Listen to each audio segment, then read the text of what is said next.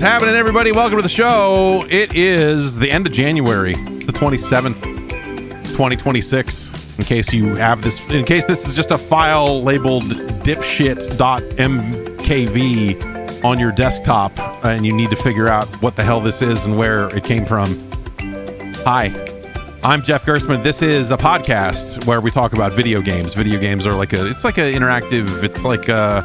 it's like a slot machine, but no real money comes out, only real money goes in, if that makes any sense. So, objectively worse than, most video poker and slot machines that are available out there these days. So, I don't know what you're going to do with that. We're here talking about video games. There are some video games out this week, and some hijinks, some real stupid stuff happened in the world of video games this week, and we're gonna get right into it. I should probably adjust the music so it fades out a little faster. I don't know. There's sort of like a vamping. Like I don't like getting into real talk while the music is still playing. You know what I mean? Or yes, or the other option is to just run it through the entire show, which is actually maybe the smarter choice. This is the new jack of podcasts. Hi. What's up with video games, man? What the hell happened? I don't know. We're just we were talking about Microsoft last week. I kind of put forth the question, and it was more just a realization I had than actually looking for the answer. But it was this idea of like, man, is there anything that as a company that Microsoft is doing well right now?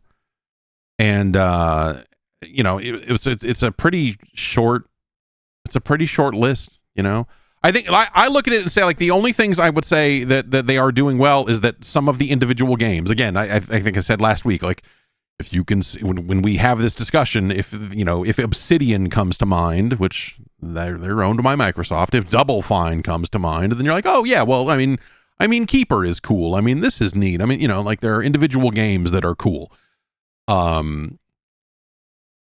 There's been this kind of ongoing thing here for, it's really kind of come up over the last week, and I've not been affected by it, but it's just one of those things that I look at and go like, man, this is, you can't do this. There was a Windows 11 patch that hit, and they on Tuesdays, like Patch Tuesday comes along, and they issue updates to Windows. Updates are usually meant to be fixes and updates, increased stability and so on. When we get these updates to various game systems and computers and things around us. This one was full of holes. It was causing, like, it sounded like the first one was like, oh, well, Outlook won't load.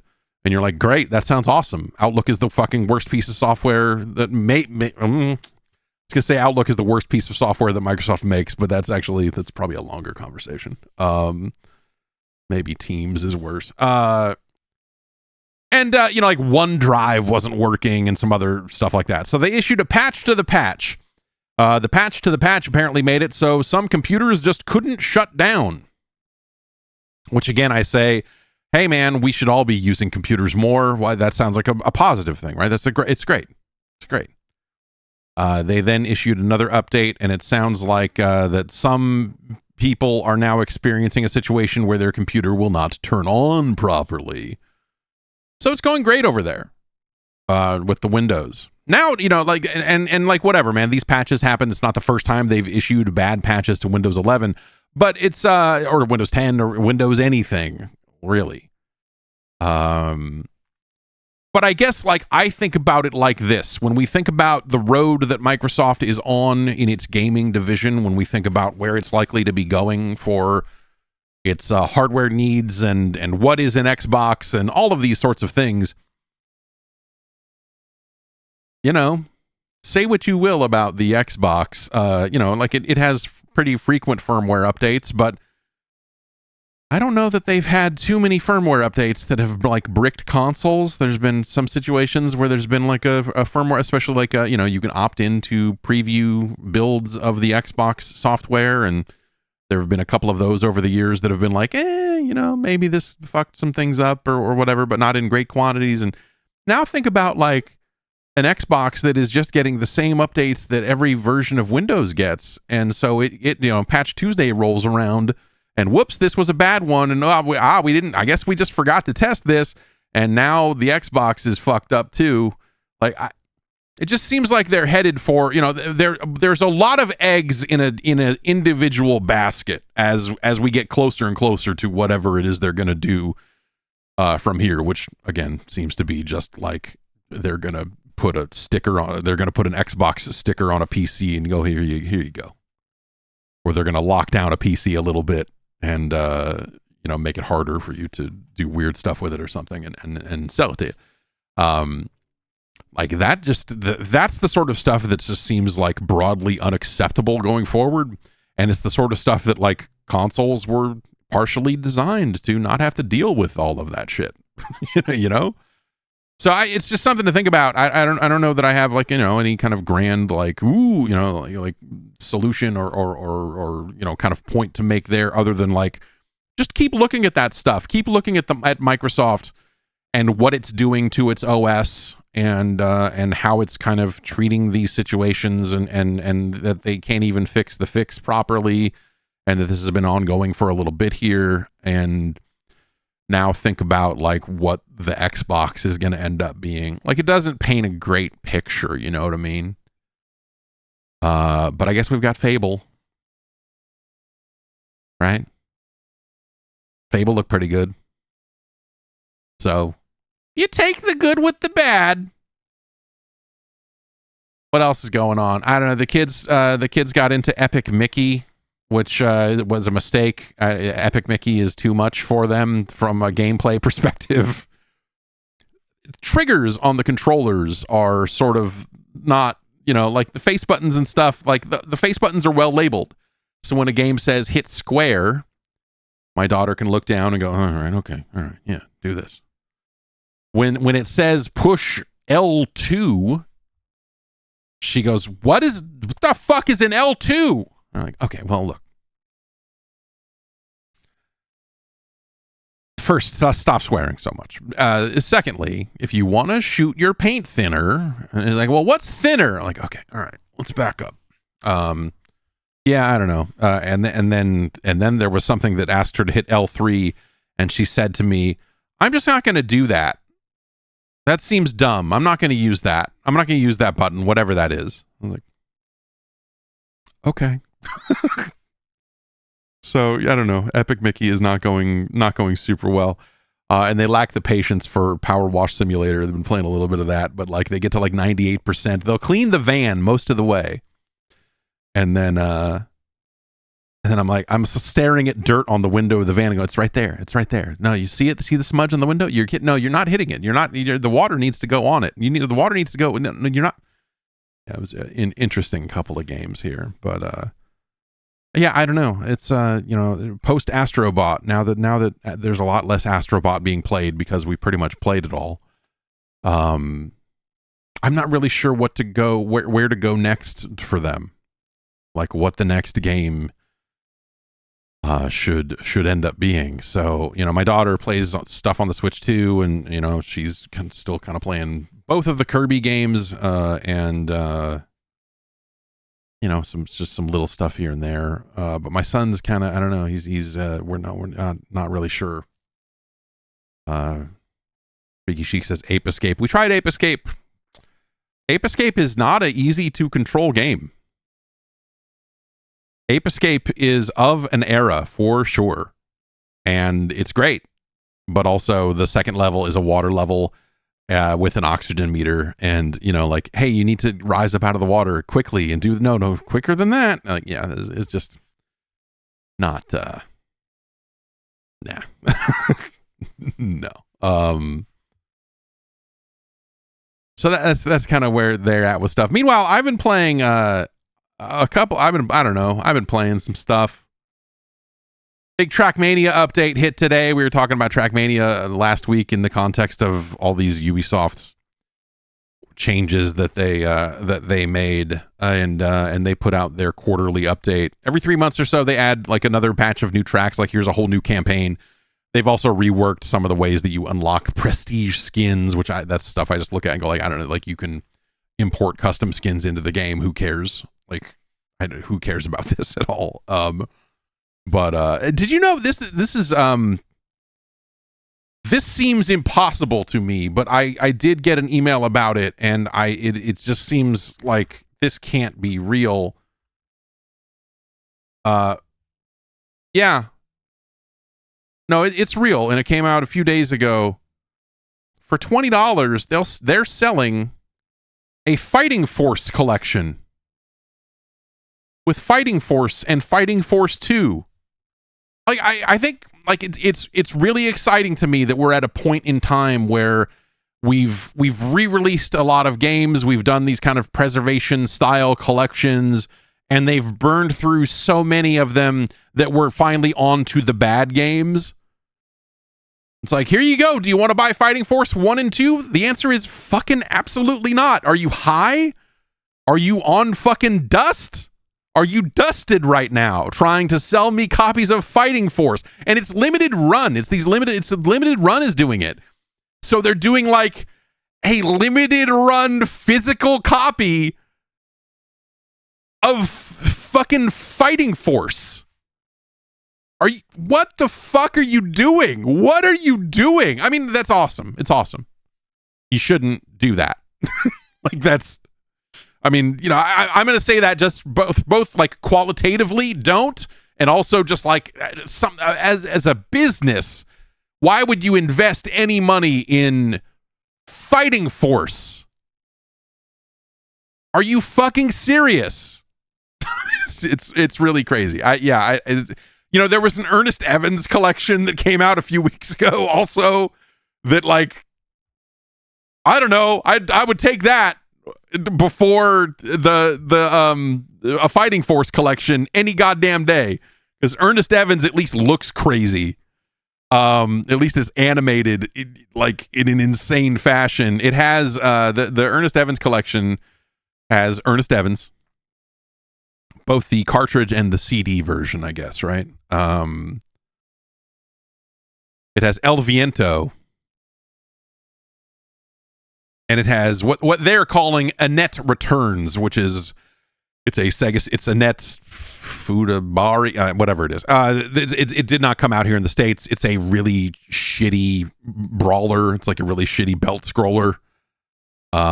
Starring Annette, who is the kind of side character in some of the other Ernest Evans games, or kind of shows up in some of the other previous games. They have like fun, nice looking cutscenes for the era, at least. And you know, like, hey, you want to believe that some of that money makes its way to game creative staff, Wolf Team. You want to believe that Wolf Team gets some of that money somehow. I don't know. Limited Run is doing a fucking Ren and Stimpy collection. Sure. So at least Ren and Stimpy is like a license.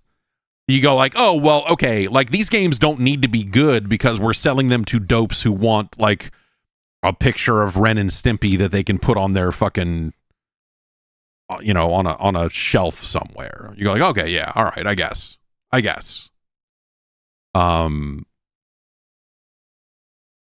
Like that makes sense. Fighting Force. Just no one who is clamoring for the Fighting Force, especially Fighting Force 2. Jesus Christ. What the fuck is wrong with people? Anyway, I reviewed at least one of those games, if not both of them, back when they came out. They're shitty. They're shitty fucking games. Let's take a break. We'll come back. We'll talk about games that are not shitty. Just kidding. No, I know some of them. No guarantees. We'll see where the conversation goes. We'll make a determination after this. Balancing your checkbook.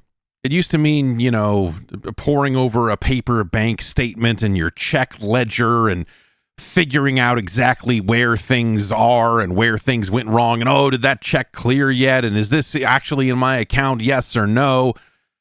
No one really does that anymore.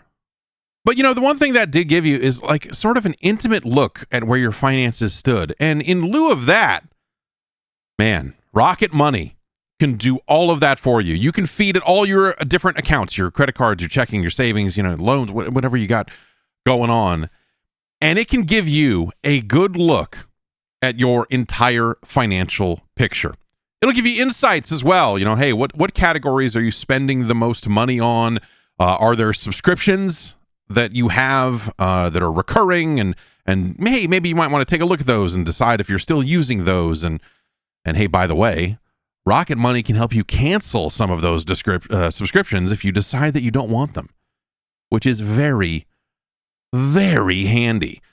But getting a look at your finances and just getting a quick glance of hey, this is when the money is coming in. You're expected to get money here.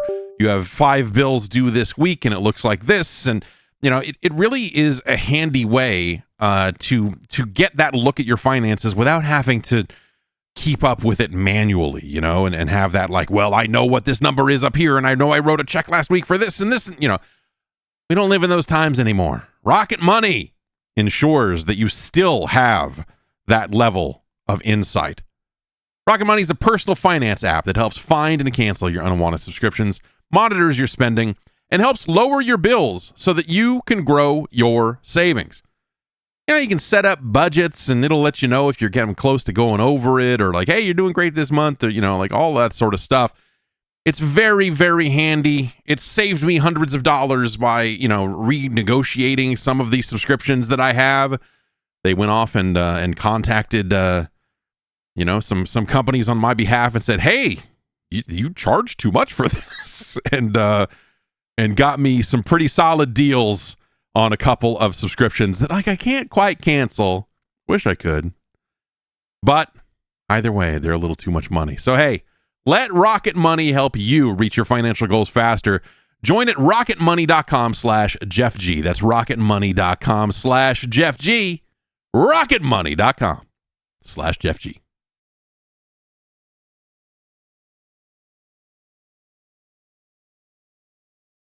So I picked up one of these touch screen monitors. One of these it's the Corsair. What is it? The Xeneon Edge. Get the box. I have the box. Since I can't show you the monitor because it's hooked up over here, but it's like a touch screen monitor, a little rectangle that you can poke at, and the idea being you could set up some cool side stuff on that and use it as an app launcher or a Stream Deck style thing, which is actually one of the things that they because they also make the Stream Deck, said you can use this as a Stream Deck type thing to do things during your broadcasts or whatever.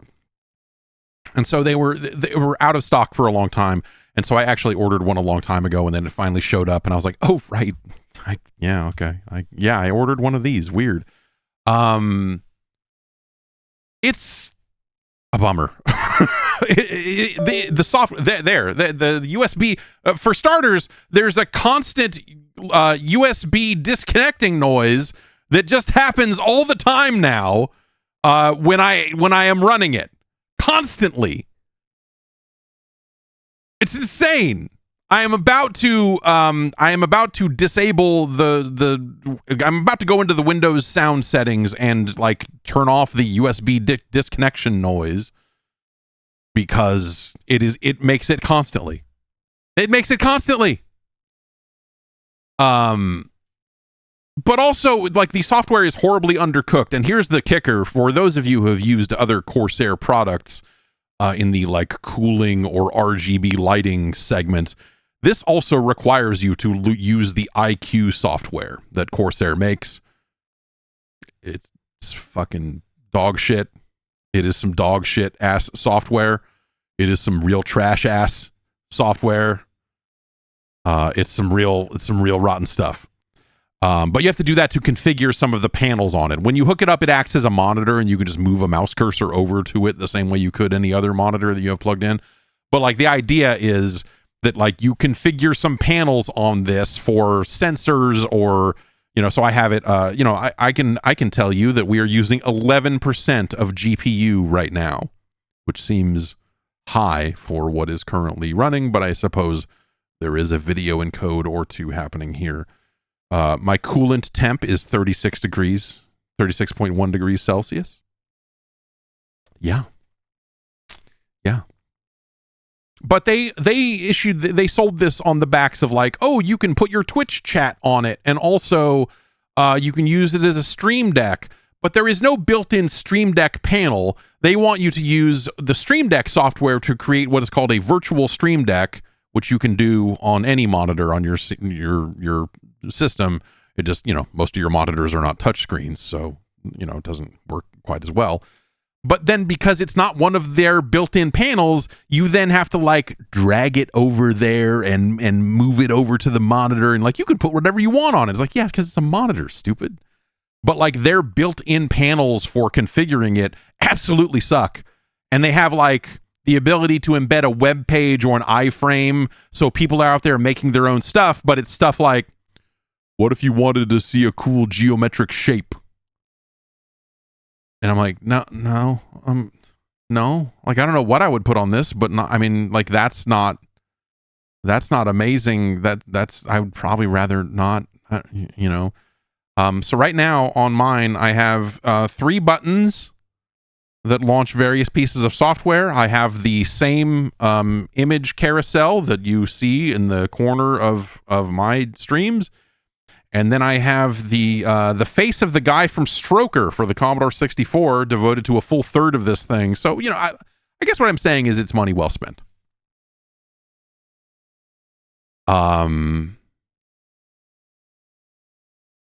Yeah. Some people are mounting these inside their cases because they want to have more, that is never going to be me. I think the idea of like, I need the inside of my computer to look cool is one of the saddest fucking, like, when we talk about like, computer, like people going mad and configuring computers and doing all of that sort of stuff. I think that the people that go like, I need to set the color, the lighting inside my computer needs to be set properly, or else I'm just not, like, I think that is the saddest end of the like computer tinkerer tweakers landscape. It's that is where the like those people are losers is what I'm saying. If you have clear panels on your computer and it's not just because it came with them and you went like, shit, if you actually sought out like, I need to be able to see inside my computer, I think that's a problem for you. I think that's a problem for you. Oh, look, someone says, let people enjoy things for fuck's sake. No, let people fucking hate shit. Let people be fucking people. Grow up. It's okay to criticize things that are fucking dumb. Stupid. You little baby. For the love of fucking God. All right. I've been playing Out of Action. And Out of Action is on Steam. It is kind of a cyberpunk-esque shooter. Like they're kind of doing a like there are guns in there that you look at the names of them and you're like, oh, you kind of named these after Ghost in the Shell things. I see. Okay. And so it is kind of a class-based shooter. It is in early access. It is on PC. It is I'll say on the early side. And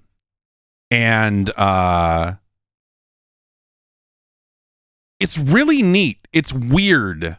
But it's got like a pretty cool kind of vibe to it. It has like some interesting expansion and different kind of you earn points that you can put into kind of a skill tree over the course of various matches, which will let you expand your you can, as you build custom loadouts, you can kind of unlock guns for use in there, but also some additional stat based stuff and whatever. And it's there's no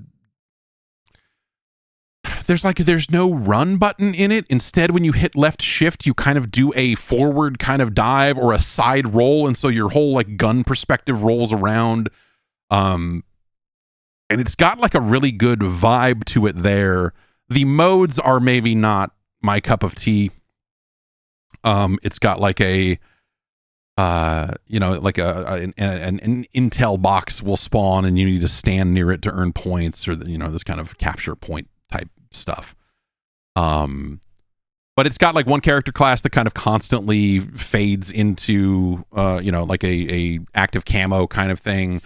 And a variety of weapons, I guess I would say, and some tools. You got a little proximity mines and you have a stim shot that sometimes if you get shot up a bunch, you'll be bleeding. And so the stim shot will stop the bleeding and prevent you from dying. And like all this kind of, it reminds me a little bit. It's not quite as, it doesn't go quite this far down the road. But like there's a little taste of like it reminds me a little bit of like Action Half-Life or Action Quake, if you will.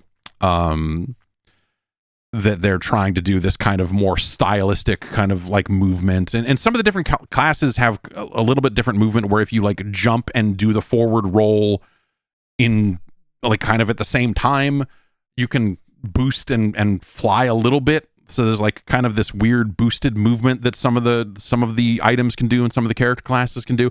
It's a weird shooter, I guess. Like I'm like, I wrote it down. I was all ready to talk about it. And now that I'm like saying it out loud, I'm like, it's a strange game, but it's not the easiest thing in the world to describe what it is about it that makes it stand out. But it, because, ultimately it's a couple of modes and some shooting and just a team-based shooter and whatever. But it's got like 4 maps or something like that. Like there's not a ton of content here. It's something that it definitely seems like it is on the early side of early access. But Out of Action has a really cool feel to it. In terms of the shooting, like if you run up to a wall and hold down the space bar, you will basically just like run up the wall. And so it's not quite wall running. You can sort of do that as well, but like there will be levels with quite a bit of verticality to it, and you can kind of run up the wall and get to another ledge and get up there and shoot people. Like there are good ways to get the drop on people, but also interesting technology-based tools to prevent that from happening. Like I think any of the classes, if you click middle mouse, you will kind of get a hand up to the temple, like sensory view that'll let you see guys through walls. That operates on a cooldown, and you can't shoot while you're doing it. But if you need to know like where the hell people are, you can kind of pull that up and get a sense of like, okay, I need to head in this direction, go here and do this. And oh, there's a guy coming around this corner. It also has a pretty good radar-like map that'll show you like, oh, there's a guy right around this corner right here. I don't know. It's been a long time since I've played like a good new first-person shooter that had like something to offer, something that felt different. You know what I mean? Especially something that is kind of going for this. Like I said, that kind of Action Half-Life, or just like not necessarily that it's a movement shooter per se. It's just that it has ideas about movement, and those ideas are kind of weird. They're a little outside the box. They're a little different from, again, what we are increasingly thinking of as movement shooter when we start to apply those sorts of phrases, right? So I think it's got a really cool look to it. The catch is that, and this is something I saw reflected in the Steam reviews. Like after I played a bunch of it, I was like, man. And then I went and read the Steam reviews, and people were like, yeah, the problem with this game is that like everyone who is playing it has been playing it for like a year or something. Like it just launched in early access, but it must be a case of like, oh, we've been running alphas, or we've been running this, or, so like the community, like it's changing kind of now that the game is out a little bit. But I will say my first couple of days playing this game, it's just been fucking murderers, man. Also, it doesn't have a tutorial. And so the things about like there's nuance to the movement, there's nuance to even the shooting to a certain extent, like that like you're going to have to pick up on the fly while you're playing against people that are way better than you are. I mean, that's, par for the course, I think, for a lot of shooters over the years, but that can get a little frustrating for people, so you should probably know that going in. You can play against bots, and so that at least gives you an opportunity to like mess around with custom classes and kind of build your stuff out or whatever. But like, you should, I will probably stream some of this at some point. But you should take a look at Out of Action. if that sounds at all interesting to you, because it's something that is, relatively under the radar, it seems. And it's got there's something cool going on there that I hope that they continue to cultivate, because like I said, it is early access, and it is pretty early for early access as well. The other thing I've been playing is Highguard.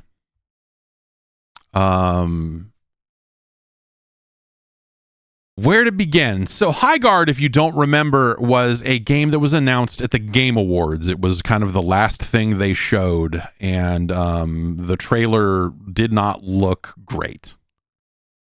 I think it was pretty easy to come away from that thing going like, the trailer did not really do a great job of explaining to you what the game was, other than you kind of got a paragraph on the Steam page that was like, get a thing and do it, run to the thing and pick up this and you're a guy. But the trailer itself, you're like, I don't know, there's a siege tank with a big cat head on it and you're riding around on horses and whatever else. And so there was something about it that was like, I don't know. At least there was that, I guess. But beyond that, it is just, all you really had was like, oh, it's from some of the people who worked on Apex started a new studio, and this is the thing that they are working on, and that's kind of all you had. They didn't really follow it up with like a round of interviews or trailers or deep dives. There was basically no other information from this trailer, and the weird thing that happened in the time between then and now,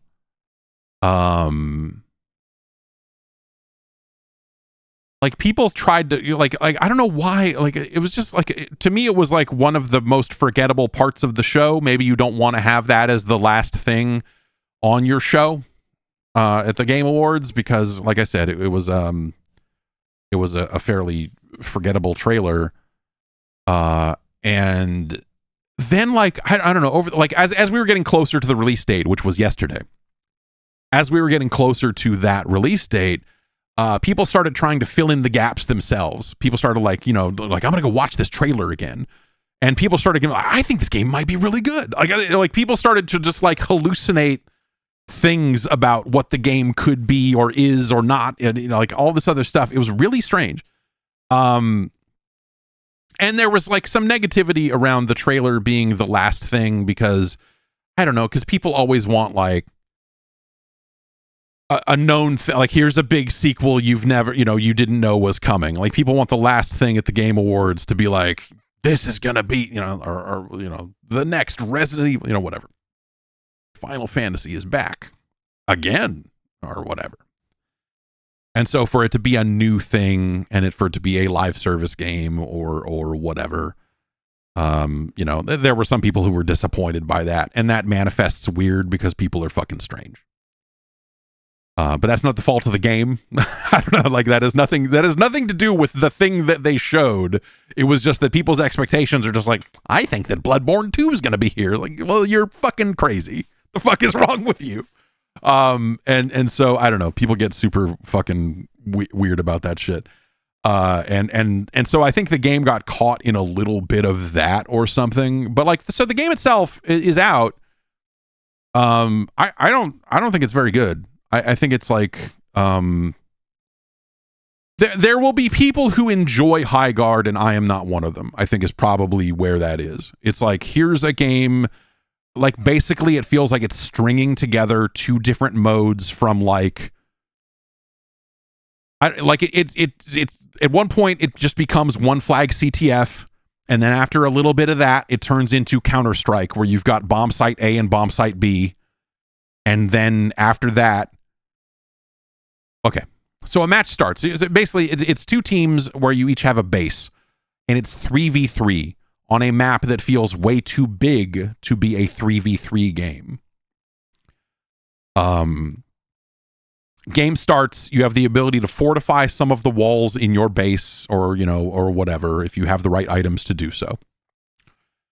But really what you're doing is you're spending about 2 minutes riding around on your horse looking for chests to open, because the chests will have armor or other guns or upgraded versions of guns or whatever. And so for about 2 minutes, you ride around and do that shit. And it's empty. You're not fighting anybody. You're just like riding around an empty landscape. There's no creeps. There's no AI. There's no nothing to, it's a 3v3 game where you are at either ends of the map riding around collecting shit for 2 minutes. Okay.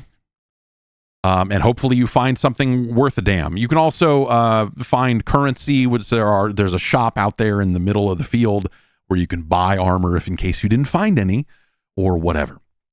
Every time you die, you lose one whole suit of armor, basically. So you want to collect as much armor as you can in as many different tiers as you can, because when you die, it's like, okay, well, that armor's gone. Now you're going to spawn with your next best armor. And then if you're out of armor, you're out of armor.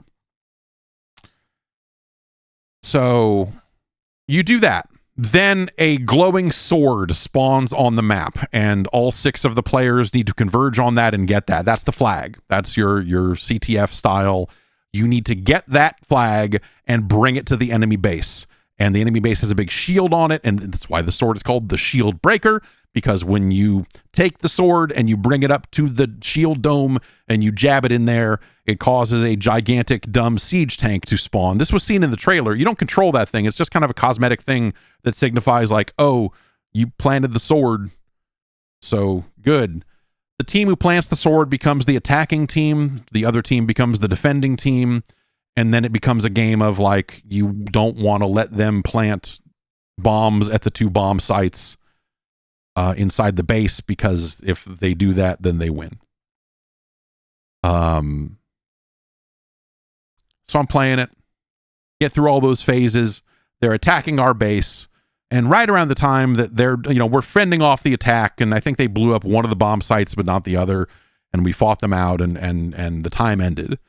And I was like, well, I guess we lose anyway because we took the most damage. No. At the end of that phase, the match does not end. It then goes back to the, I guess, ride around for 2 minutes and collect some stuff. Oh no. I almost quit the game right there. And so then you can fix some of the walls in your base, which the walls don't last. Like, walls don't seem like they're worth fixing on account of it does not take much to take them down, even if they're reinforced. And so wasting a bunch of time or resources on that when you could be out finding more armor seems like a real dumb way to go. So it's like the crux, like one whole phase of the game feels broken because of that, I guess, among other reasons. So then you ride around for another couple minutes collecting stuff, and then another sword appears. And so you have an opportunity to win even if you lost the first phase, because you can then maybe go on the attack the next time. And, each one of those attacks does damage to a health bar. So even if you don't blow up both the bomb sites, you may eventually drain their health out completely. And then eventually, once that happens, someone wins. The characters are like, hero style. They have some abilities. They have an ult. You can ult. And you have like a passive ability on your character. And that's the game.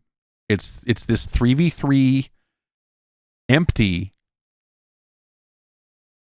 shooter with a really short time to kill. Like, you really can mow people down really quickly. And then you've got like what could be like a 15 to 20 second respawn time. And so you have this thing of like, okay, I spawned at my base, I got on my horse, I rode 2/3 of the way across this dumb map to where they're fighting over the sword, and I'm all out of armor because I've died a few times already or didn't find any. And then I hopped off my horse to get into the fight, and then I got killed again, and I guess I get to ride the 20 seconds back out here and do this again? That's not fun. Even when you are winning those confrontations and not dying as often, which, it's back and forth, it's just kind of a slog. Like, the shooting feels fine. And I've seen people try to latch onto it and try to, because since it is a game from the Apex Legends, from some of the Apex Legends developers, I think people are trying to compare it to that. I don't think it's very directly comparable. I think the gun feel is pretty similar to Apex in some ways, and some of the design on like the when you aim down sights with a scope on it, you look at the scope and you go like, that's kind of an Apex looking scope, I guess. But it doesn't, I don't think it feels like Apex. I've seen people try to say like, oh, it's like they tried to make a game out of like the last 5 minutes of a battle royale mode, but I don't feel any real tension here. It feels like one flag CTF on a map that's way too big for that. It's 3v3. And so it like there are just like large swaths of this game where absolutely nothing happens. Because you're just riding, and you can double tap your jump button to make your horse spawn, and that makes you go faster. I might also phrase that as like, when you are not on your horse, the game is extremely fucking slow. Like player movement, I maybe I've just been playing faster games lately, but like I don't like the movement in this game at all. Just the pace of it feels, the pace of everything just feels really off. It's like, here's this really short time to kill, really slow characters, really big map, really low player count, really big map. Like there's just a lot of stuff that you just look at and go like, I don't know that this would be fixed by being like a 12v12 game, but at least it would feel like some shit was going on. Instead, it's like, all right, well, I'm hiding behind this rock and maybe they'll ride up and, oh, they went a different way. They went, okay, well, shit. Okay. Oh, they're behind me now. Okay. All right. Well, there's a button you can hit to teleport back to base in case they get past you. And that's that, dude. I like visually, I don't think it looks outstanding. Like the character designs are kind of dumb, and I haven't gone through and looked at every single skin or anything like that. But like, I just look at it and go like, okay, like maybe someone will get into this stuff, but they've strung together a bunch of modes from other shooters that I don't play there either. And so like, if I wanted to do some bomb site A, bomb site B type stuff, I would just be playing Counter-Strike. Or, I guess you could play there is a mode like that in Call of Duty as well, if you want that there. And I don't want it at the end of like, okay, we're fighting, pushing back and forth with this sword and this, like, there's just, how long is a round? That's a good question. Let's call it somewhere between 20 and 30 minutes. If you really stomped somebody out really fast, it could be probably more like 10 or something, but like, that's a really long session time. And for a game that I don't know, like, I don't think this would make it better, but my thought was, maybe this seems like a MOBA. Like, it seems like a MOBA. But then you die so quickly that, like, it's not like, it doesn't have that, like, okay, I'm going to back off. It doesn't have that, like, okay, we're going to have a very specific range here because I can't overextend myself by getting too close because I will get wiped out. I need to back off. Like, it doesn't feel like death matters the way it does in a MOBA, per se. But as a 3v3 game, if any player goes down, it does feel like you're like, oh, okay, this is, I'm like, we're fucked now. Unless someone is shooting really well and they don't have a lot of armor or, like whatever. Like, I there's just something really strange about the different things that went into this game that you just look at and go like, this doesn't add up this does not add up to fun. This does not add up to a game that feels good long term. Like I said, maybe this will be exactly what they're looking for. I think, that's certainly possible, but it doesn't. Yeah, I don't know, man. Like there's some quotes here because they did have an event, which we'll talk a little more about. They had an event. But some of the quotes they're giving is like, that it took them years to figure out what the game actually was, and they kept simplifying it and simplifying it. The enemy bases, or the bases that your teams have, originally, I guess they had it set up to where players needed to destroy the base completely to win.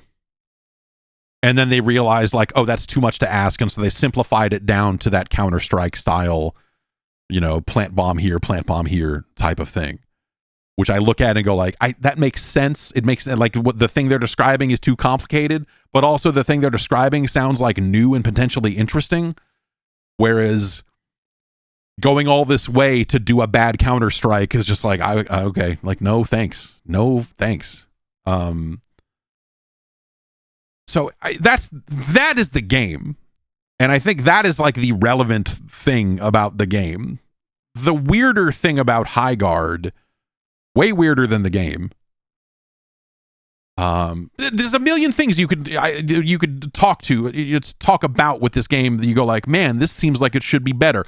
Like for a game about reinforcing walls and breaking down walls, that seems like it's something that could have way more to it than it does.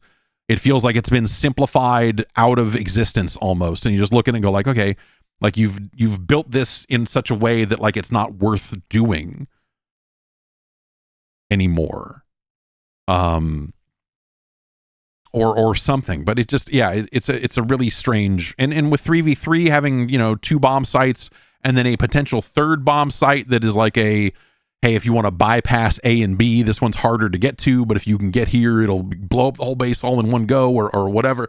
Like the walls and reinforcing walls, which is something they spend quite a lot of time on in the game's tutorial, it just doesn't feel like a factor. Like those things go down in, like, if you had a pistol, maybe an upgraded pistol, but you could unload one full magazine from a pistol and that would be enough to take down a level 1 wall completely. Like the whole thing just shatters apart. It doesn't feel like there's no part of it that you go like, yeah, we're sieging this thing and doing this thing. It's just like, all right, well, this prefab little thing here is this is where the bomb site's on the other side of this wall. Let's shoot this one wall and keep going. Do you have a breaching charge? No. That's cool. It only takes like 8 shots to take the wall down anyway. So great. Some of the characters, the character I was playing had like a slash attack that would take down a wall in one go as well. You can't use that constantly. That's like there's a charge to that. I think you can only use it like 2 or 3 times before it has to recharge. So like the game itself, I think is like, not very good, ultimately. But like, that's okay, whatever. A lot of people try to make shooters. A lot of people try to make live service games, and sometimes it doesn't go their way, and hey, shit happens, like, okay, next. The weirder thing about Highguard is that it's like there's been this like a lot of strange conversation around it. Like I said, because there was zero information about the game other than the trailer between the trailer and the release of the game, people started to wonder like, what the hell is this thing? It's out like next week. It all kind of started like kicking into high gear last week. And it's been strange, just like, I don't know, like people trying to make up what they think. And I've seen people that I know that should know better, like hyping themselves up into like, no, like a bunch of us, and like multiple people I've seen go like, I'm in a group chat and we're all watching the Highguard trailer over and over again, and we're trying to I think we got a pretty good idea what it is and what you're going to do in it. And they were all wrong. They held an event, I guess last week, and then the embargo for that event was the launch time of the game. They had people come out to their studio, I guess, and play some of it. And I've seen some of the people who went to that event come away from it having positive things to say about it, which, in light of having played the game and what it is, you kind of look at it and go like, no. I bet if you're all in one room hooting and hollering, that game is a much better time. But you know what else is? Every game.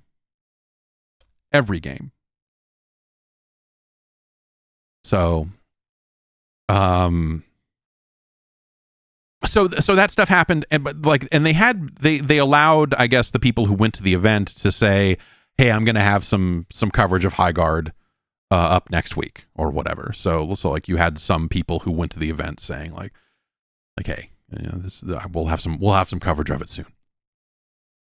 But because of the weird conversation that had already started up around Highguard, some of them didn't just say that. They were like, I've got the real scoop on what's going on with Highguard. And you're like, what is the scoop? What? Which now, in light of what the game is, you're like, the real scoop is like it's a pretty middling shooter. Like what is the? Like, I know what Highguard is, and I'm gonna tell you in my exclusive video. It was just super weird, man. Like just like again, the the kind of lack of information facilitated some level of interest that then they were trying to capitalize on to say, hey, I know what it is and I'll have a thing here. To which I would say, yeah, that's cool. Your thing is going up at the same time that a free-to-play game is going up to download. So maybe just download the game for yourself and check it out. I don't know. It's just a strange. It was a very silly. Just a bunch of silly shit happened around this game. Speaking of which, to get into the news, I guess they did 2 days for this event. One day was for press. One day was for creators.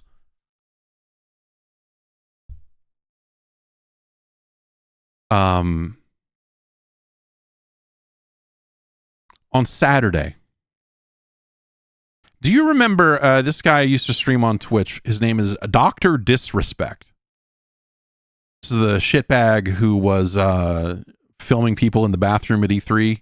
Got kicked off Twitch for inappropriate messages with a minor. Is this ringing any bells? He doesn't stream on Twitch anymore. They don't let him. Now he's on whatever I assume he's on Kick, right? Is he on? No, apparently he's on Rumble. Yeah, sure. Yeah, that sounds about right. He posted a picture. He posted, last week we took the Lambo to LA to check out Highguard. Monday, January 26th at 10 a.m. Pacific, we enter another dimension. Yeah, yeah, yeah, yeah. And then posted a picture of when you look at the picture, you go like, wait, this isn't real. This can't be real. But it's got a badge from like the Highguard. It's got what looks like a badge from the Highguard event or something, which I guess if this was taken after the fact, maybe that's okay. Because you can see like the corner of like a Go XLR in the picture, which like this couldn't be a picture from the event because they would never have a bunch of setups of Go XLRs at the event. There's a knife in the picture. Like there's a knife off of the side. I like it, but I suppose if the idea was he took this picture of the badge at his own desk or something after the fact, that maybe that was why. I don't know. So you're like, oh, well, they invited that guy to the event. I guess that's weird. That led to people going like, wait a minute, you invited a pedophile to your event? What the fuck is going on? Like, what hang on. Like, why would, and people started getting into the, like, I'm not going to play your game because why did you invite this piece of shit to come play it?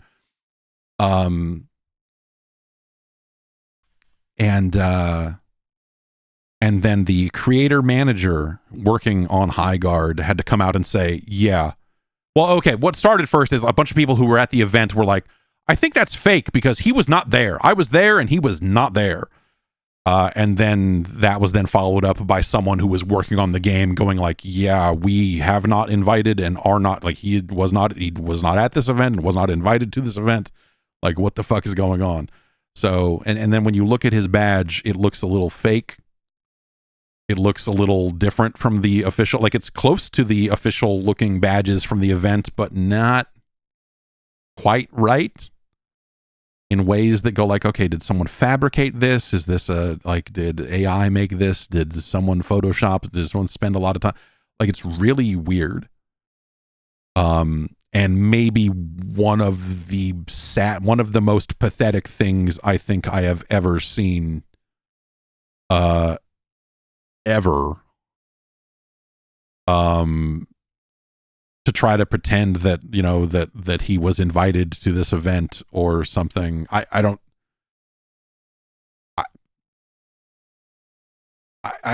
really, like, why would, all I can imagine is like the only, like, and this is like something that I think maybe he would come up with in his head after the fact, is like he would look at all this and go, yep, they're still talking about me. I don't know what's the fucking angle here. I mean, I wasn't invited to the Highguard event either, but I didn't waste a bunch of time pretending that I was. It sounds like from what I heard about the event, like when they did send out the invites to it, they were trying to be like super low key hush hush about the event even happening. So I don't know. there's a lot of stuff like that like, I don't know, like I get invited to a lot of stuff, and I've also said no to a lot of stuff, and so sometimes there are things that I would have gotten invited to last year that because I've turned down a lot of things that now I don't, and whatever else, man, I don't know, shit happens. But it's just super fucking strange. It's just like, why? Okay, what is the end goal here? So I don't know. So that happened. But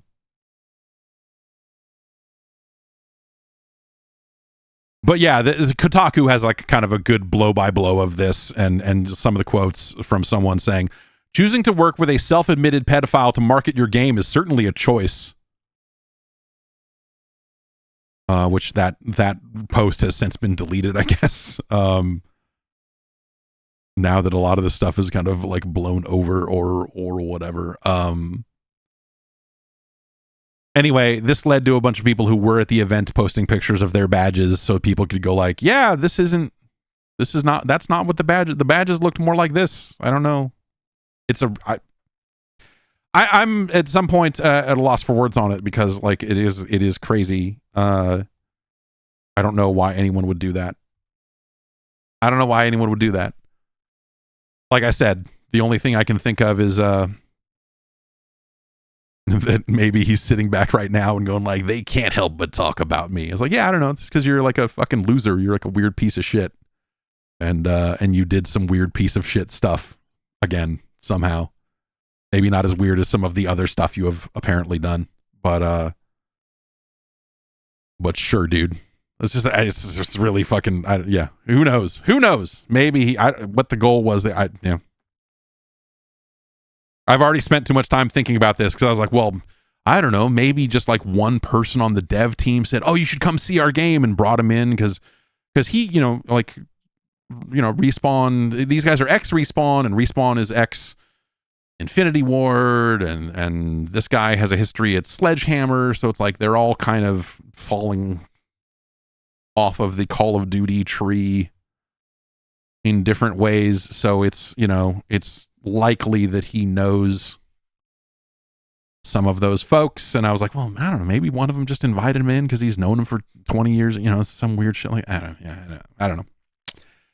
Whatever, man. It's just fucking crazy. And so like the noise around Highguard is like a weird high for a game that ultimately I think it doesn't deserve this level of weird shit, because it's just kind of a whatever shooter. Like it deserves to just get like, okay, it comes out and people play it and go, and then it fades into the background, and that's that.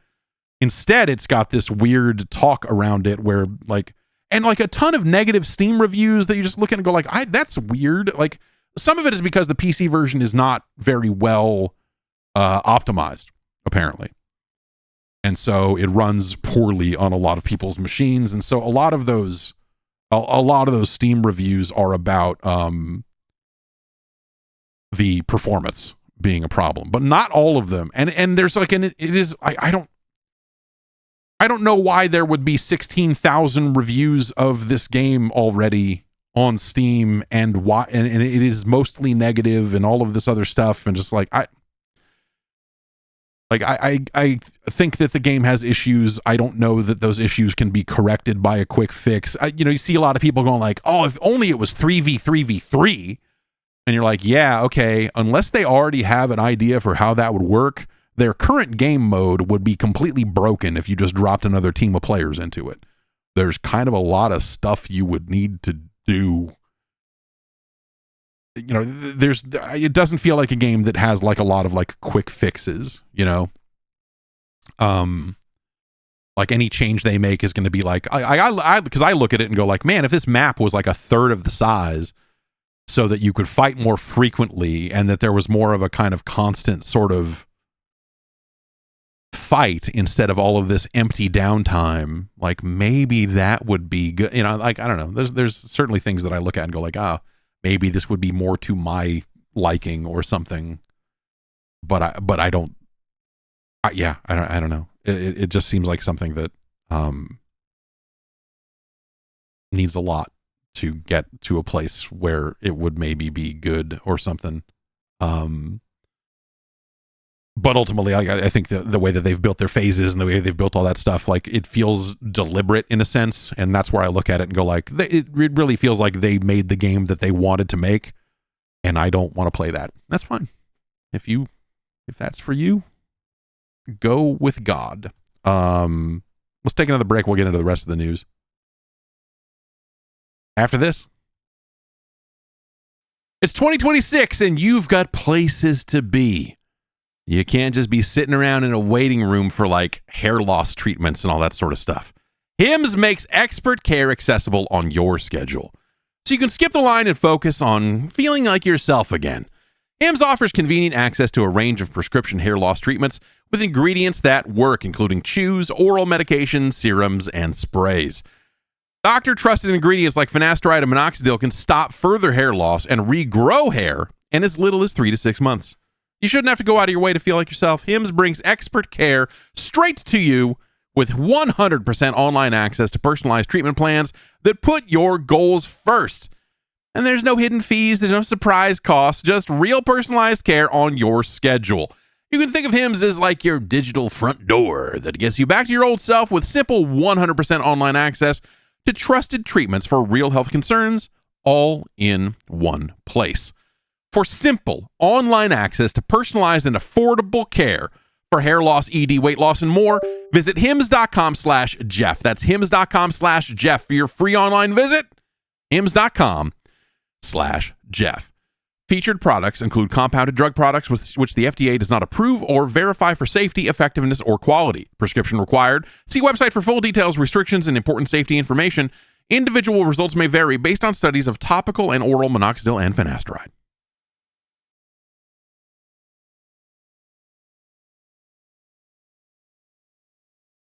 It did it again.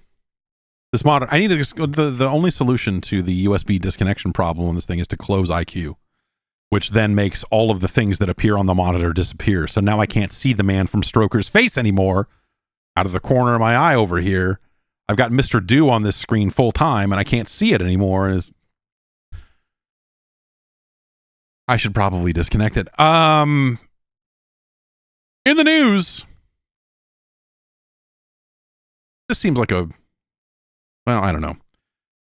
VideoGamesChronicle.com is reporting that a Polish site known as PPE, which has had a decent track record on some leaked information around Oblivion physical copies and some other stuff like that. But I guess they've got word from a distributor in Europe that seems to indicate that they're basically, like, what they're saying is that Take-Two has not made any plans for physical editions of Grand Theft Auto 6 at this time. Meaning that, you know, this the company, the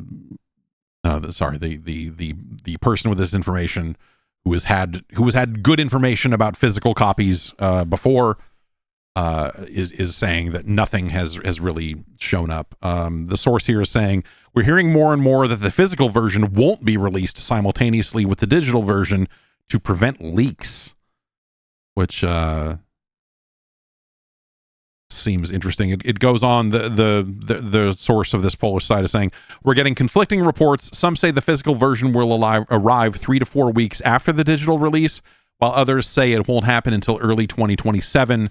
More information will be available in mid-February. So when you consider the window and the timing, the things that have to happen in order for physical games to be distributed to stores, it would make sense that for a game releasing later this year, some of these conversations would maybe start to happen. So the timing on it sort of kind of lines up a little bit, I guess I would say. That's a weird one, and I don't know. This seems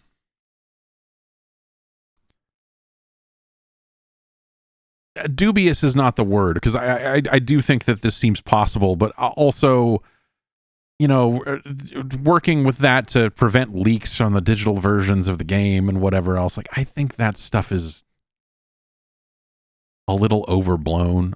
You know, if this is true, if this is something where they're like, oh, we don't want bits of our story to leak ahead of release, I at least would say that's a good sign for, hey, that campaign that's in that game is not going to require an online connection, or like, hey, this campaign is much like GTA 5, it will have 2 separate chunks. You know, some of the things, you know, because we don't, obviously it has a big story and a campaign and whatever else, but like, you know, there's been this idea of like, are they leaning heavier into GTA Online in a way that the campaign will be connected, or this will be, you know, like there's been some, you know, from myself, I've been wondering about that just because of the popularity of GTA Online. Would they do something to the campaign? So if this ends up being true and they're like, oh, we don't want the story to leak, and so we're not going to send, you know, we're not going to do a physical version, that at least indicates a game that would be playable without a server connection, right? Because otherwise they would just not put the servers up until release day, and that would be that. Or they would whitelist people for the servers. If reviewers needed access or whatever, they could whitelist individual accounts so they could play it that way.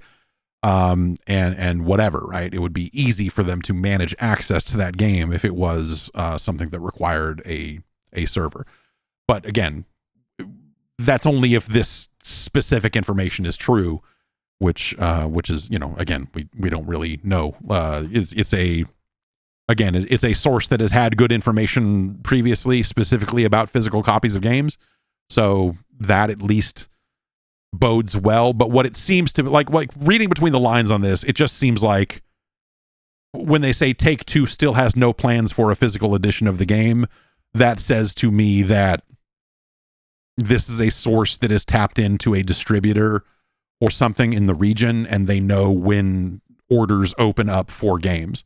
So like, hey, how many copies do you want for your chain? You run a chain of 1,000 stores in Europe. No one runs a chain of 1,000. But like, how many copies of GTA do you want? Okay, here's how much they cost. Here's when it's going to happen. Here's that, you know, we're going to deliver them like this. Like that sort of information.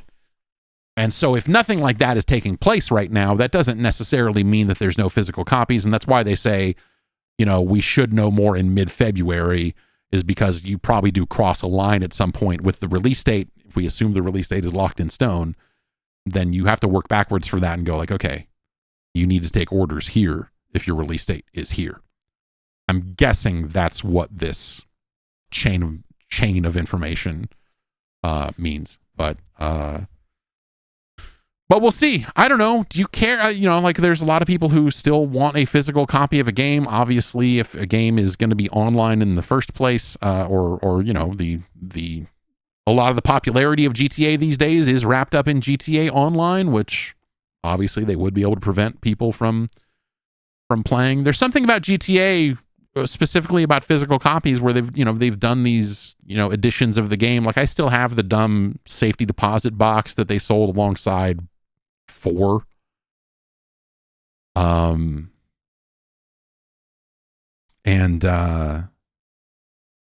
And yeah, but the only reason I have that is because that came out, GTA 4 came out at a time when we were not speaking to Rockstar, and so we had to go buy copies of it. GTA 5 we picked up. GTA 5 we had to meet someone in the lobby of a nearby hotel to pick up a copy of the game. It was real slide across the table type shit. Yeah, so that wasn't whatever collectors, but they did some collector's version for 5, didn't they? I don't remember. But that's what I think of. I think about that stupid safety deposit box. Whenever I think about physical versions of GTA 4 or of Grand Theft Auto in general, that is now the image in my mind. So yeah, I don't know. Like that's interesting. We'll have to kind of monitor that situation. They say that more information will be available in mid-February, which is not that far off. So in a couple of weeks here, I assume we'll, you know, hear from this source again with an update on what, if anything, in that situation has changed. Rockstar is a company that, you know, they want to control as much as they can about everything. about the world. And so reading this information, this sounds like something that could be true, but also like, I don't know, man. I kind of just look at it and go, whatever. They've been working on this game for a very long time. Like, I have a very different perspective because I just play games as they come out and whatever. For them, where they've been, dealing with leaks already and they've been working on this game for a decade or more, I could see on that end of things them being like, no, we're going to prevent leaks at launch. Like, fuck this. And trying to lock it down. Or at least wanting to. I think if I were on the business side of Take-Two, I would be like, no? What? You want to have fewer ways for people to buy the game at launch? Like, yeah, I get you. I'm sure it will do fine. And most of the sales will be digital anyway, but like, that doesn't mean we should take those options off the table for people. And making them wait 3 or 4 weeks to get a physical version of the game. Like, here's the meeting in my head. Here's how this meeting sounds in my head. It's someone on the business side go, wait, why would you want people to wait 3 or 4 weeks? Like, no, we want people to buy the game. And then someone on the other side saying like, dude, if someone wants to play this game bad enough, they will buy the digital version. If someone really cares about the physical version of the game that much, they'll just fucking buy both. And we'll get 2 sales of the game right out of the gate. And then the business guy has to go, I don't know that that's right, but let's run some numbers and think about it. And then they go and figure it out. So yeah, I don't know. Like, that's GTA is its own thing increasingly, like it used to just be it used to be the biggest game in a universe full of other very big games, and as a lot of other games have fallen by the wayside, a lot of the franchises that started around the same time and like a lot of that stuff has fallen away. There's not a lot of stuff with the lineage and legacy and the time spent, the time in of Grand Theft Auto these days that still manages to inspire this level of fervor. And so there's a lot of stuff they could get away with that, like, Microsoft would never be able to pull anything close to this with like the next Gears of War, right? I mean, they'd be like, hey man, Gears of War is only going to be like, people be like, what? There's a new Gears of War? What? All right. Cool, man.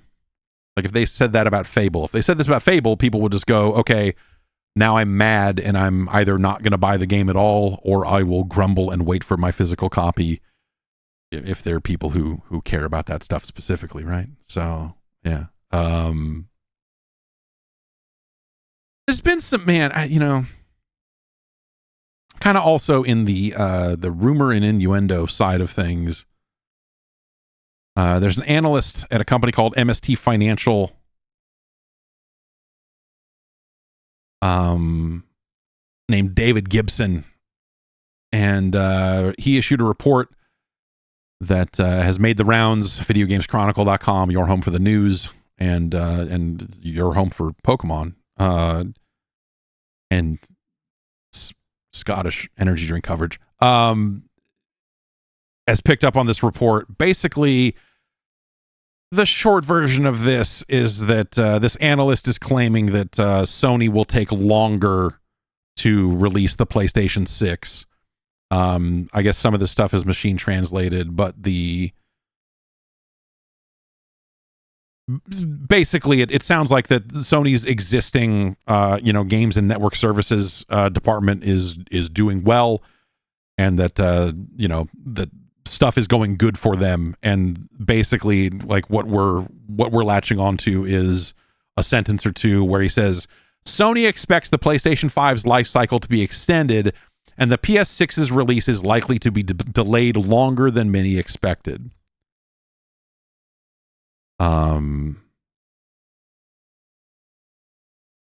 Which that's that's kind of a short bit from an analyst to latch a whole story onto, but it does at least kind of open the door to discuss some of this stuff around the PlayStation 6. I mean,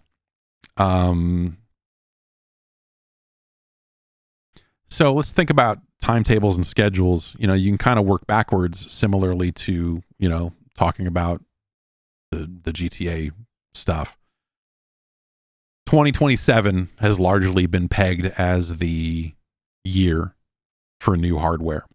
That year has been coming up more and more. If we assume a Q4 release, which, you know, historically makes a lot of sense, then let's say we're talking about next November. That gives you under 2 years until a new PlayStation is on the shelves. To extend that out further, you've got decisions that need to be made about the architecture of that system. You've got a lot of hardware decisions that need to be made because you have to start figuring out, like, okay, what are the materials we're using on this? Like, how many of them do we need? How much do they cost? How can we get enough of them to build X number of millions of PlayStation 6s in time for this launch? Now latch onto that the additional talk that there will be a portable version, a portable PlayStation that will come out in the same time frame, which has been the word, and you know, everyone seems to, people seem to be taking that as a given in most of the conversations I'm having around, you know, kind of upcoming technology and stuff. The idea that there's going to be 2 pieces of hardware out of PlayStation this time around seems to be at least where they're leaning. You know, there's still some distance between here and there, and, you know, anything can happen, especially if the windows get pushed out even further. But the idea being like, okay, the PlayStation 6 will be the powerful thing, and then there will be a lower end device that will still be marketed as a PlayStation 6, but will technically be a little less powerful than a PlayStation 5 because it's freaking handheld, and that's life in the big city, baby. There's a lot of stuff that has to line up, right? You know, like the hardware has to be chosen, and especially, you know, if they're complicating it by making 2 of them, they've got to provide tools to developers so that those developers can make games. Do those tools exist today? Doesn't seem like that they are where they would, you know, but that's not necessarily out of character 2 years out either. Especially when we realize, like, the architecture of this stuff is not going to be dramatically different, right? And so if you're already making PlayStation 5 games, like, will your PlayStation 5 game run on a PlayStation 6? Yeah, almost certainly, right? I mean, they'll be backwards compatible. Why wouldn't you do that at this point? There's no reason to break the architecture this time around. Or at least it doesn't seem like it. Anything's possible, right? But I don't know. Like the risky run of delaying, when you think about the work that's already had to be done, and if not locked in, like damn close to being locked in. And we've talked about this a little bit, but, you know, like it's very hard to steer this ship now. Like, they make decisions years in advance about, here's what the PlayStation 6 is going to be. This is what we think we can get away with for this price point and this, like, thermal profile, or, you know, like, we need this much heat dissipation, this much this, and we think we can do it all in this type of package. AMD thinks they can deliver this many of this, and we can do this, and we can do this. It's all pretty normal. When you throw in the monkey wrench, the relatively recent monkey wrench of all this AI data center, RAM expenditures, and all this other horse shit, the pricing of a lot of this stuff gets thrown into flux, right? And it's certainly possible that they've already lined up the components they will need for launch and gotten their prices locked in and whatever, and maybe they're not going to experience this, but it's also certainly possible that they have not. And so if they're on the other side of this RAM purchase and the other side of this RAM shortage and everything else, then they have to look at everything and go, oh, this is going to cost way more money than we thought it was going to. And this is something that everyone's going to have to contend with the existing consoles as well. This will be a PlayStation 5 problem before too long, let alone PlayStation 6. And so even if they have it spec'd out, if they haven't, like, lined up the, you know, like, yeah, like fab time, or, you know, like whatever with whoever they need to go, like, there's going to be stuff there that they're now competing with. You know, you see all these stories about, like, oh, Apple is no longer, like, the preferred customer with some of these factories that are building this stuff because now they're doing data center work and all this other horse shit. So, if you wanted one more reason to fucking look at all this AI horse shit that is sweeping the globe and then fucking like shake your fist at it, there you go. There's another reason for you. But when you push a system back like this, especially one that is probably relatively locked in, that technology is not going to get any newer. They don't choose the state-of-the-art, top-of-the-line, best thing they can get. They choose the things that they can get that will be more powerful than the thing they already made, but not the most expensive thing, because they have to make a box that needs to be able to be sold in stores. And so there's certain prices that they can't realistically go over without just pricing everyone out of the market. So we're getting there either way. And so delaying a PlayStation 6, at some point you're like, oh, okay, are you also going to re-engineer it because newer parts will be available and the prices might change on this and that? Are you going to, are you going to find a way to make a new PlayStation with old RAM because you can get older RAM still at a reasonable price? Like, what sort of corners can you cut to kind of stave off these problems? And so I don't know, like this story, like there's so many moving parts and so many of these moving parts get locked in years in advance. It's hard to believe it. If someone says 2 years out, I don't know, man, PlayStation might get delayed further than you think. My gut reaction would be like, that's damn near impossible for the way that these machines have to be built and spec'd and the timetables that are involved in this. It seems like it would be fucking impossible to not launch next year if that was indeed their plan. But at some point you go like, oh, well, the problems they would encounter by launching in this window with the prices being what they are, it's actually cheaper to just push it all off and make something that might be more expensive in other ways and try to, it might end up being to their benefit to delay. That I don't know.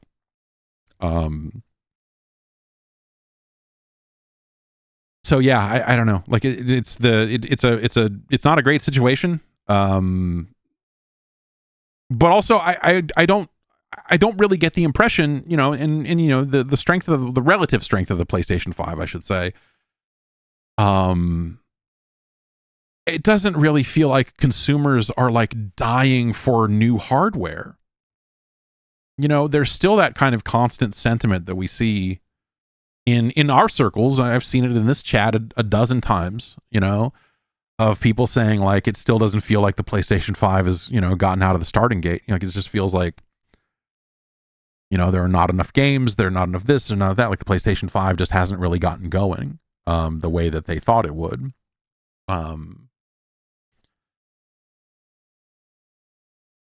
Which, I think if you look at the numbers of games, the number of bigger games that shipped in general, like all of them ended up on PlayStation one way or the other. And, like I would say if you're dissatisfied with the PlayStation 5, there's just certain types of games that are not being made anymore in the quantities that you want them made in.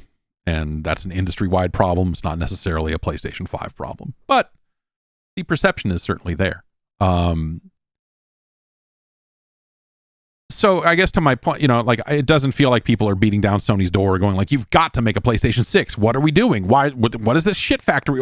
What is this box under my TV? It's trash. I want to poop on it. I want to throw it in the trash and then poop in the trash. Get me a PlayStation 6. Let me buy it. 2 of them. Fuck it. I don't care.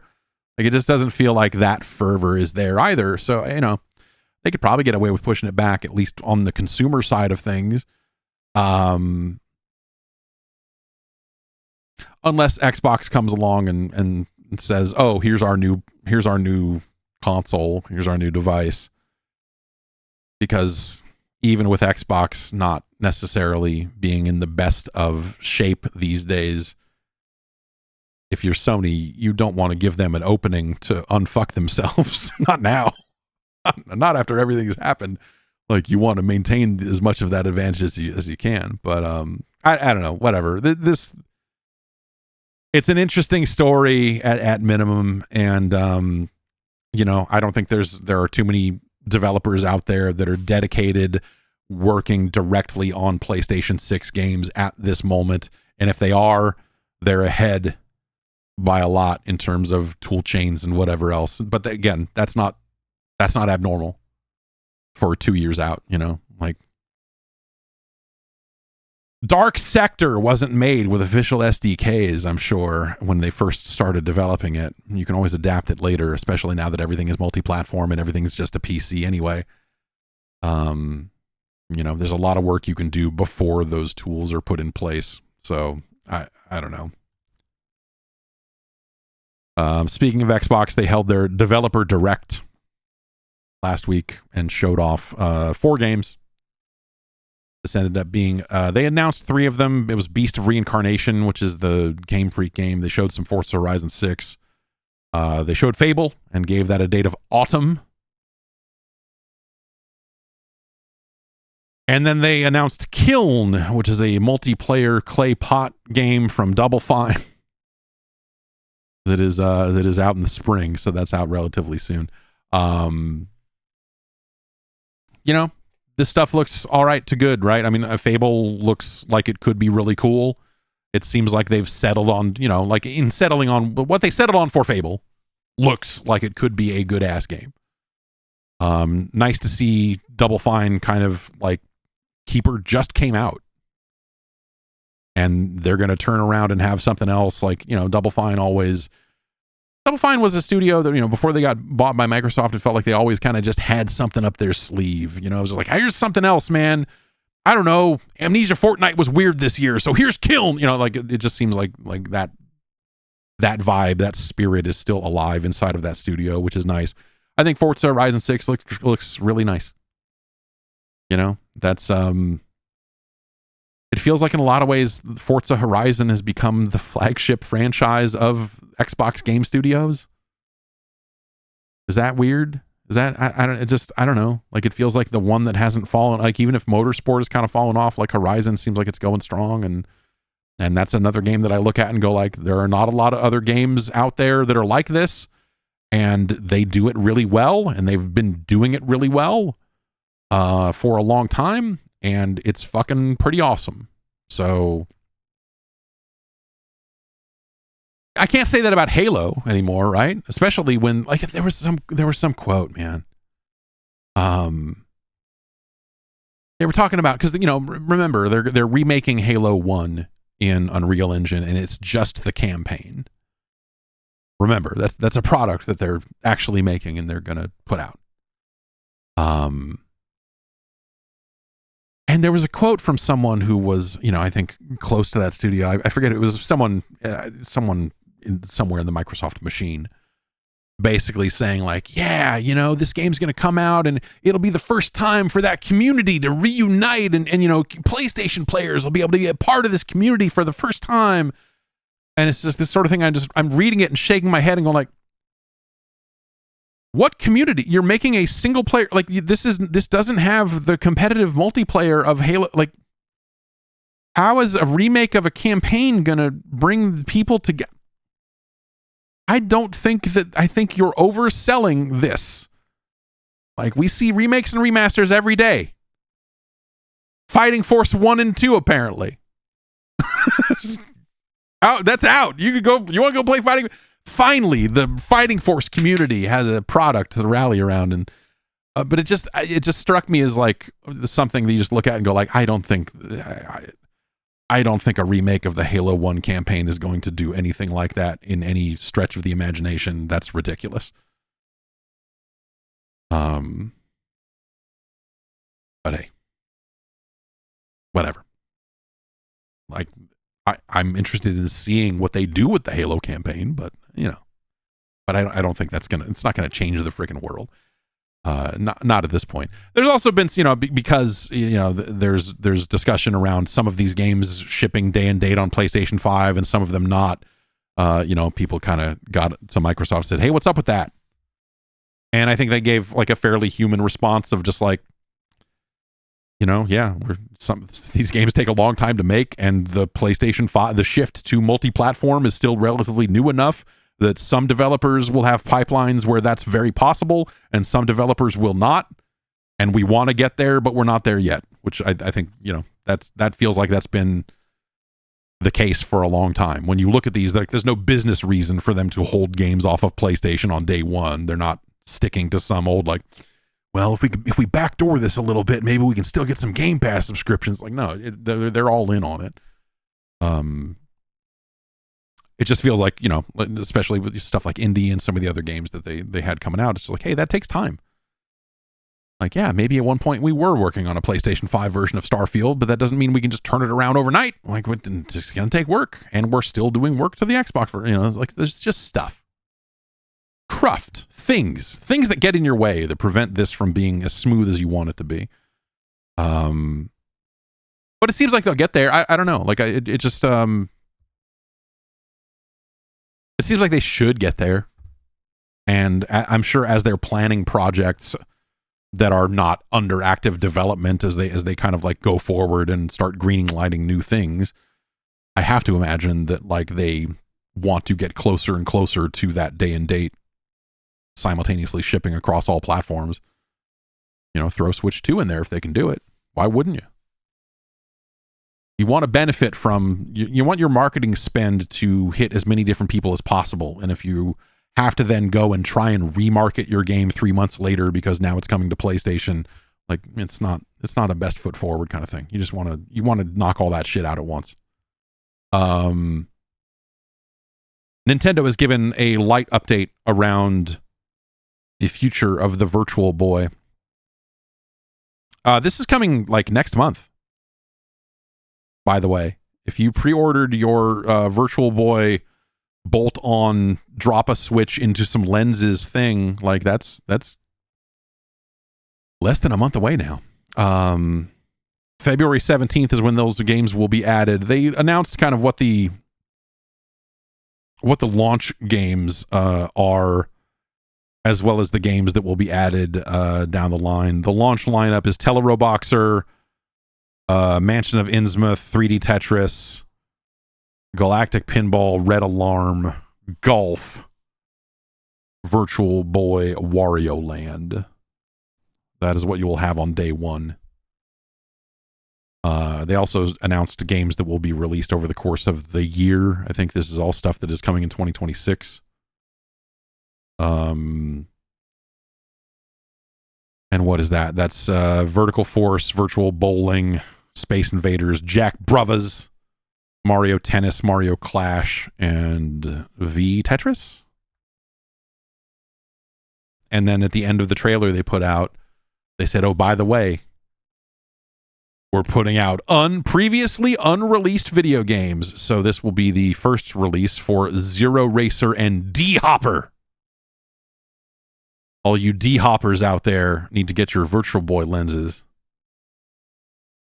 Get it all in place. But Zero Racer is a kind of futuristic looking racing game that, is not quite F-Zero, but is somewhere in that vein. D-Hopper, like if you look at the box art, it looks like it's Dragon Hoppers, but they're referring to it as D-Hopper. This is great. These games have not been, a lot of the Virtual Boy games are playable in a variety of ways that don't involve real Virtual Boy hardware these days, and so the dumps of those games are just kind of around, but not for those two games. It doesn't seem like those games have been previously dumped and released anywhere else. So it's kind of cool that this will be the first time that people get to actually get a look at this stuff. There's some trailers and some other like screenshots or whatever of these things have existed over time. And so people are at least aware of the games existing. But yeah, it's neat. This has been something that like we just haven't.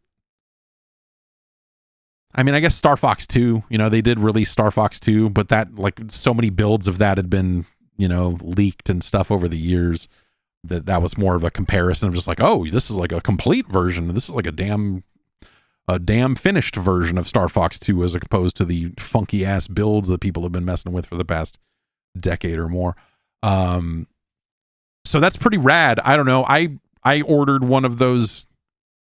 I ordered one of the they want $100 for one of these plastic shells and you drop your Switch or Switch 2 into it. And you will play Virtual Boy games that way, which seems real stupid. But hey, I appreciate that they're doing something so dumb. I don't know. It's the Virtual Boy. Why would the thing I really appreciate about the Virtual Boy, and I was watching the trailer they put out this morning, and was reminded of it all over again. I need to look up the like what the hardware is inside of a Virtual Boy. There's something about the audio in Virtual Boy games. There's something about the music specifically that sounds like at times very similar to the audio hardware inside of a PC engine, inside of a TurboGrafx. And the things I love about the way TurboGrafx games sound, like a lot of that is also there on the Virtual Boy.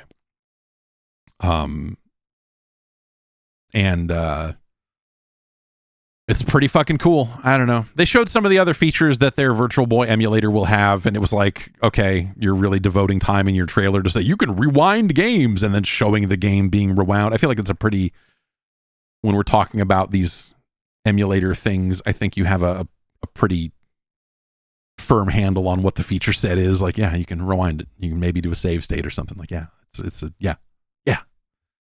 They also showed some of the, you can remap, because, the Virtual Boy, I think people forget, the Virtual Boy controller is straight nonsense. It's real fucking weird. Like 2D pads, like it's a strange fucking thing. But holding Switch Joy-Cons in your hand actually isn't too far off. You can approximate some of that stuff, at least sort of well.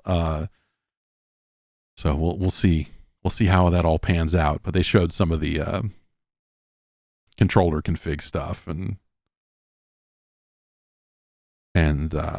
whatever else. In other Nintendo news, they have changed the release date of the upcoming Super Mario Galaxy movie to be April 1st in the US. It was April 3rd. And they're trying to line that April 1st date up in as many territories as possible for something closer to a worldwide release. And yeah, I don't know, man. Yoshi's in it. They put a trailer out. Whatever. I don't know. That first movie was fine.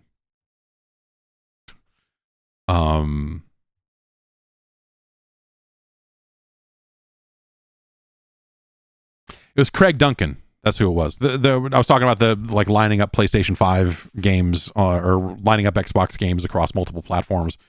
It was Craig Duncan who did an interview with Games Radar that had said that stuff. And he says that, there's always development realities about when these projects start, how big a team is, what plans we have at the start of development. When a strategy changes, maybe you've got a plan that exists with a game that you can maybe adopt that, and maybe you can't. So that's why. And he says, it's totally fair feedback. Sometimes we're inconsistent. You see some games in one place, some games in multiple places. Just know that we're going to work on that. We're going to try and be more consistent with what we do. But yeah, it doesn't sound like it's a hugely complicated answer.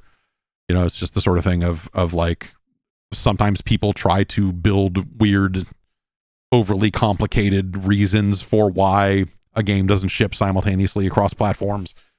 But ultimately, yeah, it just seems like, hey, man, like if you go to a team that's been working on a game for years and in the middle of that development say, hey, why don't you put this on a PlayStation? And they're like, what? Huh? It's really hard to make this already. You want, we could do that, but if you want it all on the same day, then you need to push that day back a bunch. And they're like, okay, let's not do that. Go ahead and ship the Xbox version when that was done. And then, I don't know, we'll get to PlayStation as soon as we can get to it. Okay, great. They don't have an infinite number of people. And when they make these strategy changes, it's not like they immediately get a ton of new budget to support it. So, because all of that went to some data center somewhere. So, that's going to take at least some amount of time. And then there was the Ubisoft stuff. We talked about that on the Wednesday podcast. So, I'm not going to get super deep into it. Ubisoft reorganized and cancel some games along the way, including the Prince of Persia remake, which I guess someone who was doing voice acting for that game found out that the game had been canned via this via the announcement that it had been canceled and was not told ahead of time. And I guess they had been doing material for that game as recently as 2 months ago. So it wasn't like a long, slow wind down. And yeah, I don't know, like they're reorganizing into what they call creative houses, and one of those creative houses is partially owned by Tencent, and that is the house that will control Assassins and Rainbow Six and Far Cry, which seems like they've taken their biggest and most marketable franchises and said, "Oh God, let's give some of the money from these to Tencent," which I don't know what that. It doesn't seem like a great move, but I guess if your other option is to not be able to afford to make those games at all, then I suppose you have to do something. I don't know. But yeah, I don't know. Their stock price took a huge hit over the announcement, so people didn't read this and go like, "Yay, Ubisoft is figuring it out." They read it and went like, "Oh boy, yeah, that sounds like it will take a lot of work and a long time for them to see any results of that." So yeah. The other thing on that podcast is I did, the Trackmania was not directly mentioned as being part of any of the creative houses. And so I was like, oh man, I hope they're not just going to shut that down. They did release their update this morning. Every quarter they release a bunch of new tracks and a bunch of new updates and stuff. And so like there was already an announcement saying that they were going to be part of whatever fucking Saudi esports thing that is coming up. The Trackmania was going to be one of the games there, and they have also pushed their quarterly update with new vistas and new tracks and new stuff, but not the ability to play the grimiest, most disgusting dubstep in the world while racing. So there's still work to be done. I reinstalled Shootmania. You want to know how sick I am? I reinstalled a Shootmania Storm after we played some Trackmania last week, and there are a handful of people that occasionally play it. Like when I loaded up and there's like, oh, there's 5 people online right now. That's nuts. And you can kind of get a game of Shootmania these days. But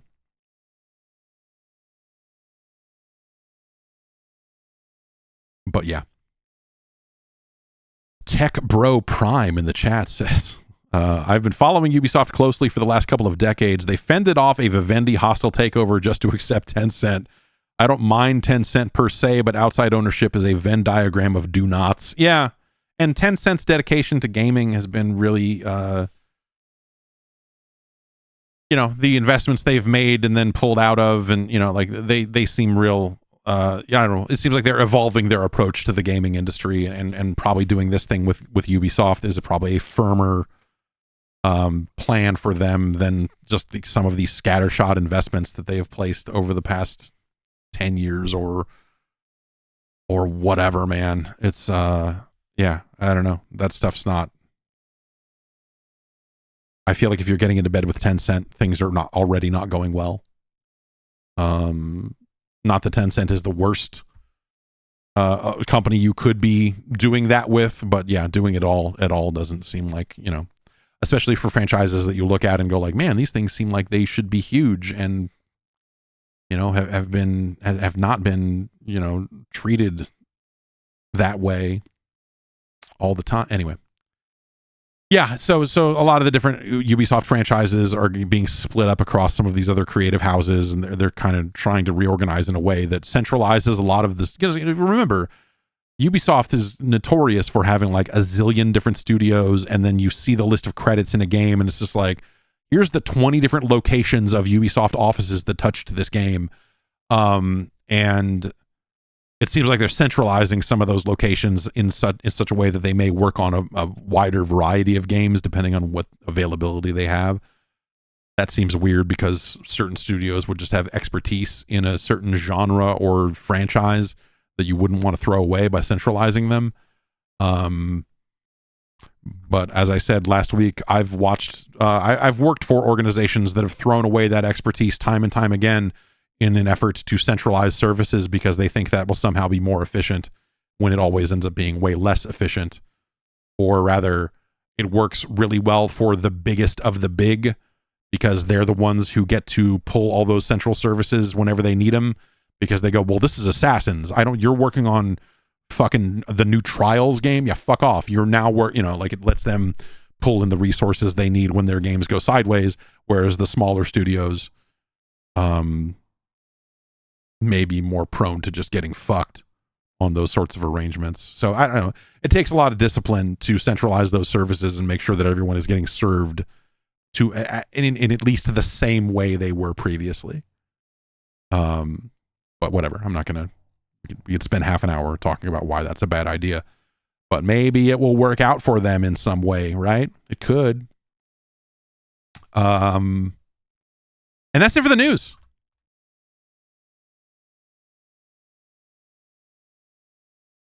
Eurogamer has a story about this. I guess it was a video that got posted to Twitter.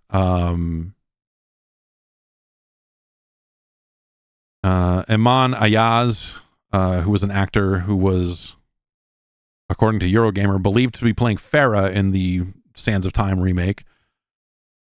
She found out when they announced this update that the game had been canceled. So says that she's in shock. She doesn't name the product she does not name Ubisoft or Prince of Persia or anything in there because she's NDA'd and can't, but does refer to it as the most devastating moment of my acting career, 3 years of work gone.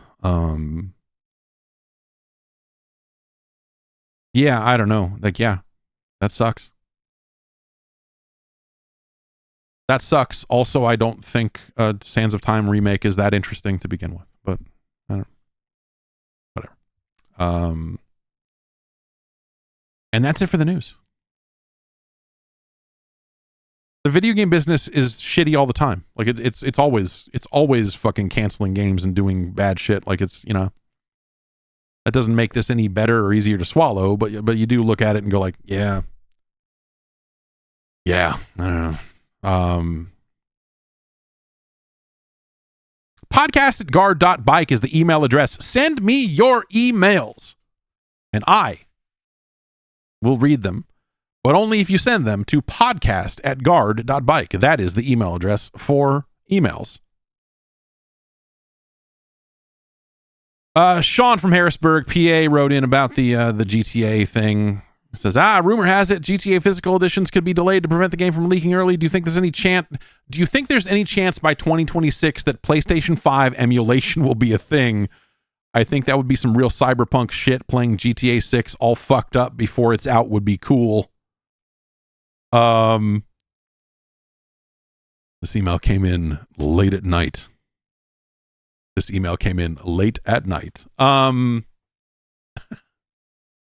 No, I don't think it's likely that we'll see meaningful progress on PlayStation 5 emulation in this calendar year. PlayStation 4 stuff is a mess. But it works really well in some specific cases. Like it seems like that the kind of predominant PlayStation 4 emulator has been really, really, really focused on Bloodborne. And so we're at a point where Bloodborne apparently works quite well. And I think they had some recent breakthroughs on that front, to where it is now running quite well. But most other PlayStation 4 games do not. So yeah, it's funny in a weird way, but no, it's highly unlikely that we'll see the PlayStation 5 emulated in a sufficient fashion this year. Next year, I might give it 4 years or so before, at a minimum, before there's any real progress happening on that front. And even then, the thing I think we're going to run into here as time goes on, and this is something you see a little bit with some of the work that's being done to play Xbox One games on PC, is that, emulation kind of is maybe the wrong term for it. That, with some of this Xbox One stuff, because it is technically Windows, they're kind of just like translating the executable in a way creating a shim, like a layer that can translate that information in ways that can run on a modern PC. It's sort of similar to the work you see. So there are a lot of arcade games that are just PCs in a box, and they have a bunch of DRM and weird shit that prevent you from just like ripping the hard drive out and plugging it into a PC. But that's all defeatable if you know what you're looking for. And then you need to wire up your inputs and make sure that, like, oh, here's where the coin comes from and whatever else. But there's been a lot of work done to play a lot of those PC-based arcade games on just your regular-ass PC. And that's not emulation. They're already executables that are built to run on a Windows machine. There's just a lot of hoops that need to be jumped through in order for those executables to run properly on anything other than the specific PC hardware for which they were intended. And Xbox One stuff seems like it is somewhat similar to that. And PlayStation is not quite the same because there's just PlayStation does its stuff a very specific way with the way its package manager works and the way they handle DRM on PlayStation platforms for the last 3 generations or so. It's just sort of a different process than Xbox has been. But like the actual code and shaders and whatever else, like that sort of stuff is knowable, I guess I would say. All that said, the idea of getting all of the stuff in place to run a modern PlayStation 5 game on a PC, to actually answer your question, fuck no. Absolutely fucking not. Not this year. Highly unlikely to be happening next year. Yeah, it's something that would be a ways off. Again, you can look at PlayStation 4 emulation to get a sense of how that might go. That said, I think PlayStation 4 emulation eventually leads to PlayStation 5 emulation. Not that the platforms are identical or anything like that, but there are some similarities in place that would probably make that kind of an ongoing process as opposed to starting from scratch.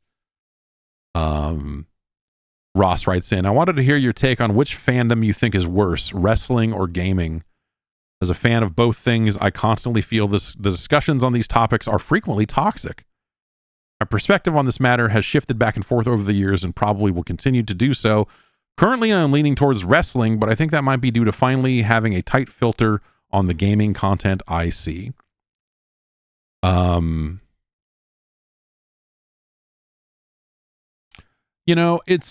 think that they're very similar. In a lot of cases, it's the same people.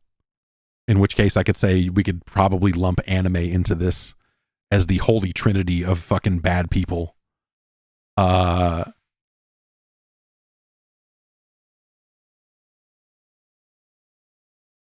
The conversations are similar, and similarly misguided, right? I think there are a lot of people who have spent a lot of years arguing about sales figures in video games, and those sales figures, the ones that get exposed publicly, mean less and less and less and less as the years go on, because we've had this shift to digital sales, and the reporting of digital sales is not the same as the reporting of physical sales, the way that stuff used to be.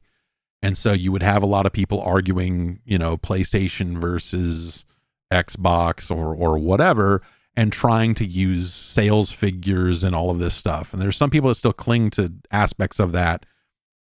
Less so the platforms, because obviously Xbox has gone in a very different direction, but which is because they lost. But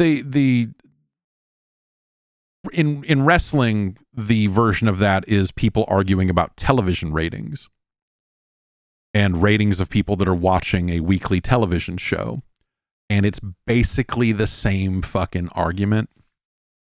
And it's basically just as misguided, because we now live in a world where a lot of people can watch wrestling programming in ways that don't involve them watching on television. There are services they can subscribe to, and now at this point, one of the major American wrestling programs only airs on Netflix, and so those ratings don't exist at all. All you see is like Netflix's top 10 shows for the week or whatever the fuck it is, And so the ratings conversation still happens. There are people that are still hung up on these ratings, but the ratings have become increasingly meaningless as time has gone on.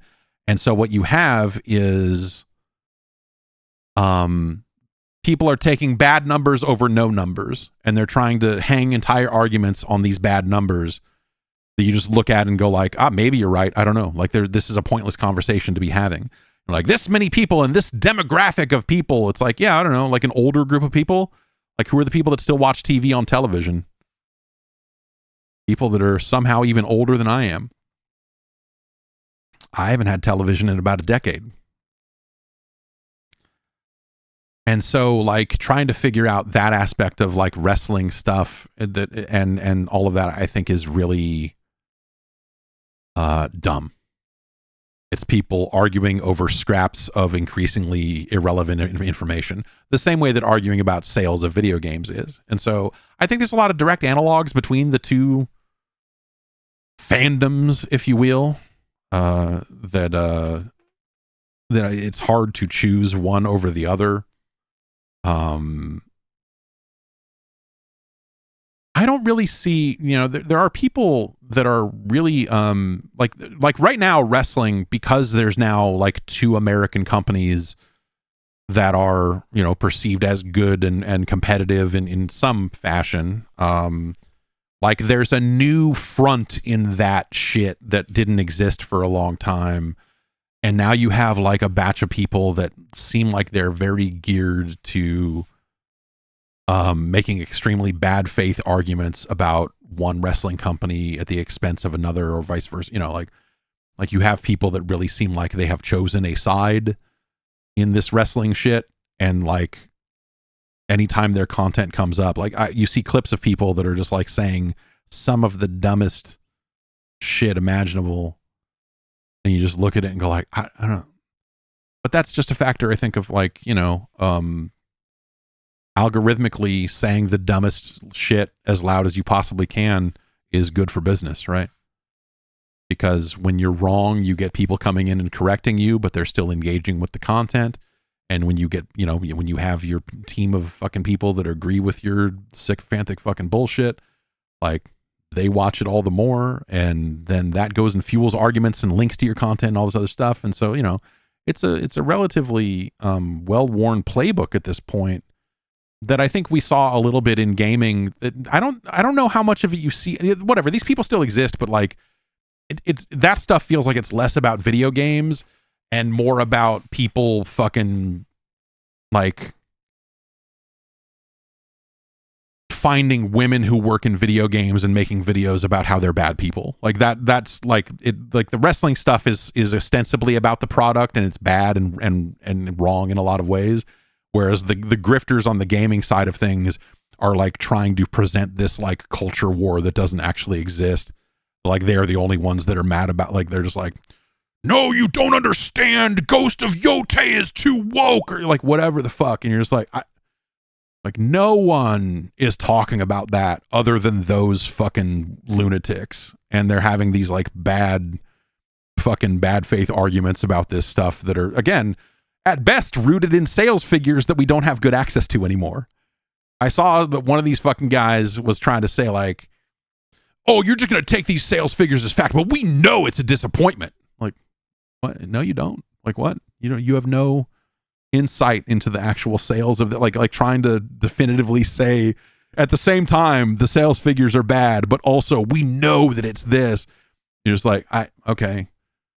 Like these people are fucking like completely have completely fucking lost their fucking minds, or they're the smartest people around because they're the ones that are taking advantage of the algorithmic shit that is driven by anger and outrage and all this other stuff. And so they've found ways to whip fucking losers up into a frenzy at times. And it's not like it used to be, not in the good old days back 10 years ago, but like they've found ways to get people to, build some kind of sad cult around them. And, none of them are as successful at doing it as they were a long time ago, but they are still trying to bang this weird drum.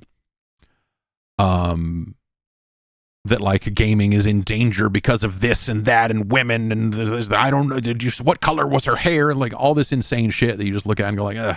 So I think a lot of that stuff is, you know, I like more disgusting. The stuff around that does still exist now, which, you know, gaming is not quite as bad in that regard as maybe it was a while ago, but the people that are still doing that shit are still fucking the dumbest people alive. So if you take that into account, I might say that the gaming fandom is worse than the wrestling fandom, but the wrestling stuff is, I don't know, man. The wrestling stuff is super fucking dumb too. Super fucking dumb. So it's really neck and neck for slightly different reasons, but very adjacent reasons, where you just got like, and I imagine this is something that a lot of, you know, different fandoms and communities have to deal with, is that, you know, they've created a system, and, you know, like when Elon Musk bought Twitter, like he, you know, like one of the things he did to fuck it up even more was to like start paying people that were posting on Twitter if they got a lot of engagement. And so this was already, you know, SEO and trying to build engagement and all this other stuff was already like a fucking weird problem for years prior to this.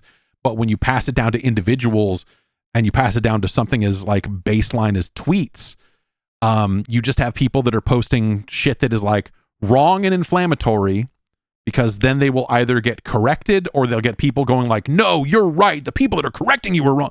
Like they're just like fanning the flames on fake arguments to try to make money. And I know that has changed a little bit over the years, because I don't think the Twitter grift pays the way it used to for most of those people. But like, you see that reflected in a lot of different media and content these days. Like TikTok is full of, you know, its own versions of this. And obviously YouTube has been, you know, leading the charge on a lot of this shit for a long time. But, you know, it is,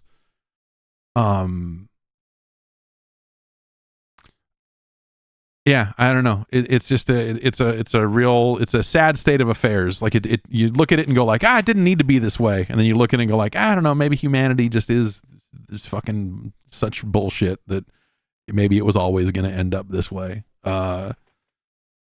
In one way or another. But like you see versions, like, you know, you go to something like Threads and the vibe of Threads, and Threads is full of a more innocuous version of that, where you see a lot of people farming for engagement on Threads with like,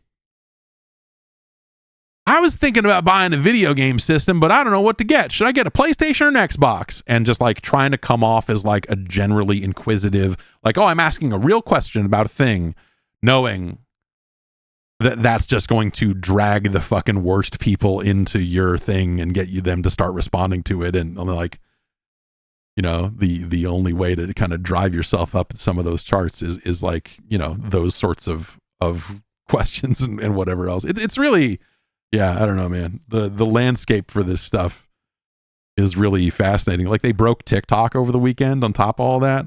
So like the US owners, like Oracle, took control of TikTok over the last week or so or whatever. And now people are saying, like, I haven't done this myself because I'm not going to, but like, you keep seeing screenshots of people sending DMs to each other and just writing the word Epstein, and then TikTok saying, oh, that message can't be sent. And it's real nasty. TikTok feels like it's spiraling apart at a rapid rate in different ways for different people, but, you know, like there's aspects of TikTok that feel like over the last week are really falling apart, and they're trying to say like, oh, there's a server glitch.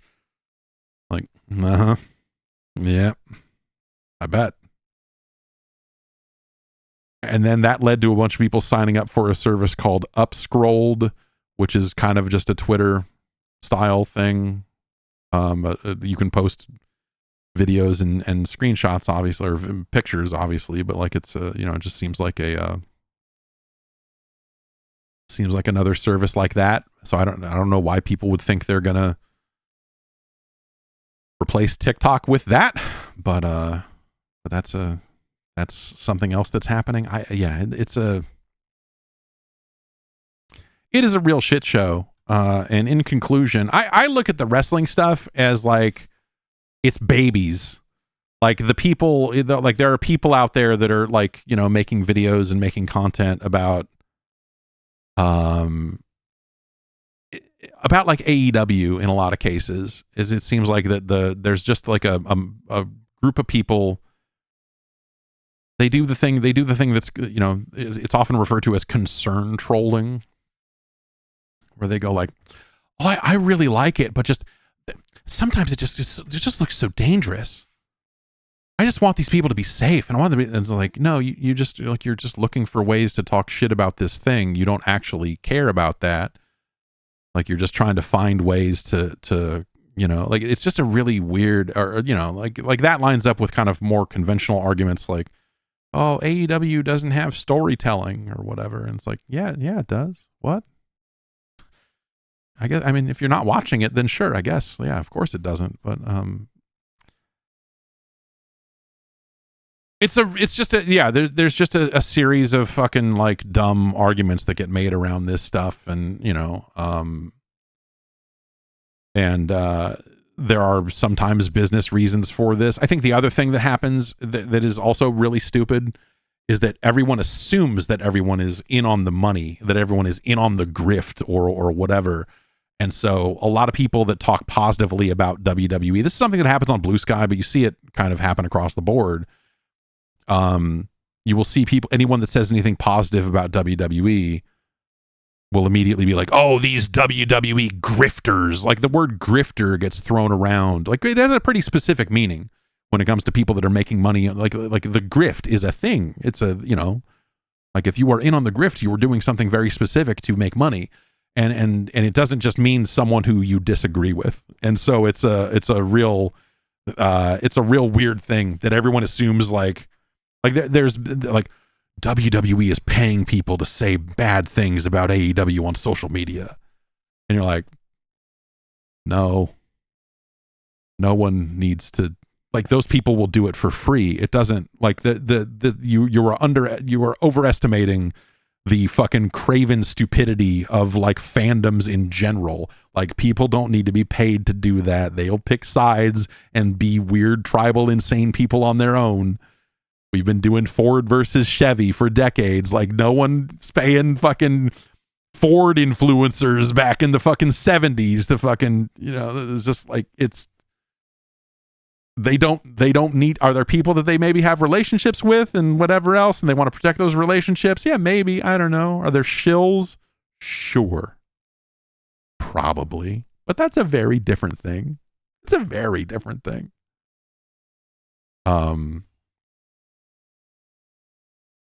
Yeah, I don't know, man. It's like, so to answer your question, I think that all of this stuff is just, this is all just part of the internet now, and everything is poisoned with this in one way or the other. I think it's dumb to say like, is gaming better or worse than wrestling? Because I think it's just a lot of the same mentalities rubber stamped across every single community. I'm sure they're like, if you went and found someone who was deep into Warhammer or something like that, they would have similar stories about fucking people there. You know, like just all of this stuff, right? Anime, everything.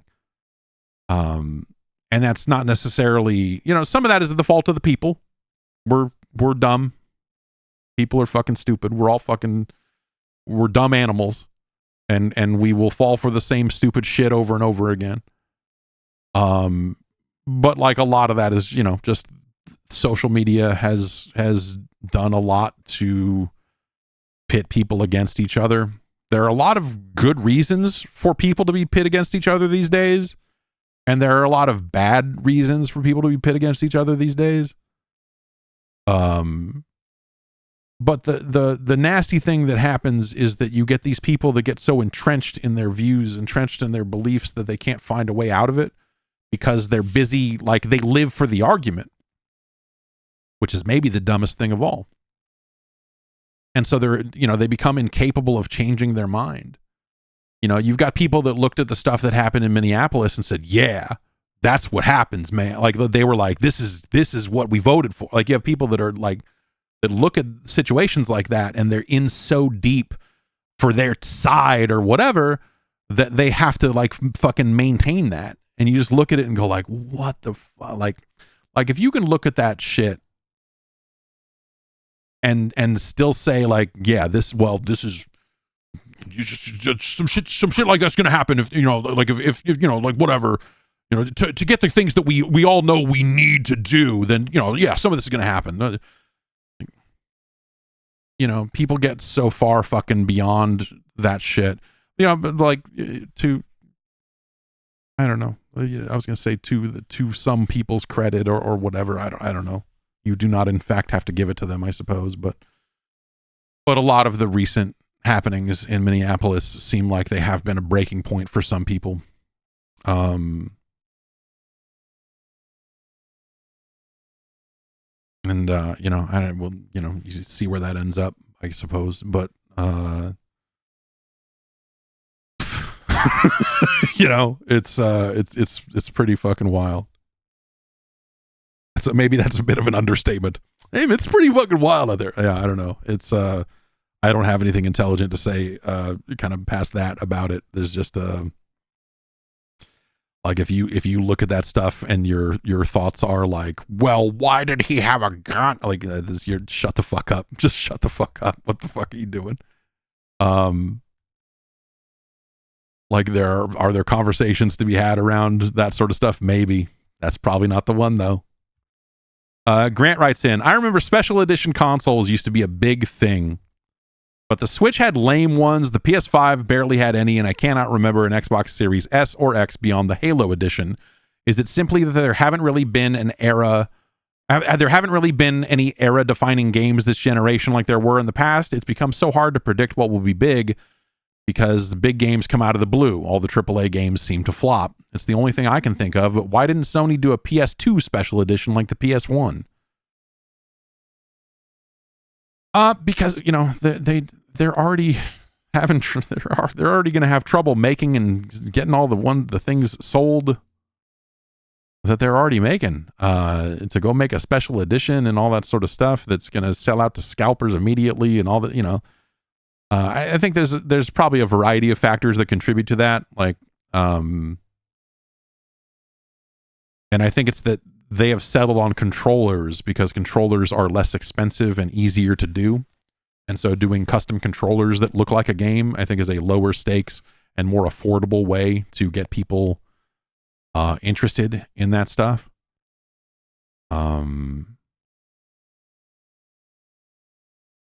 But yeah, I don't know. We saw some Switches, and I just don't think that any of that stuff has been particularly great. I mean, there were some special edition PS4s, right? But some of those were anniversary editions and what have you. But like, was there like a Death Stranding? There was Death Stranding special edition hardware, wasn't there? Not just a controller.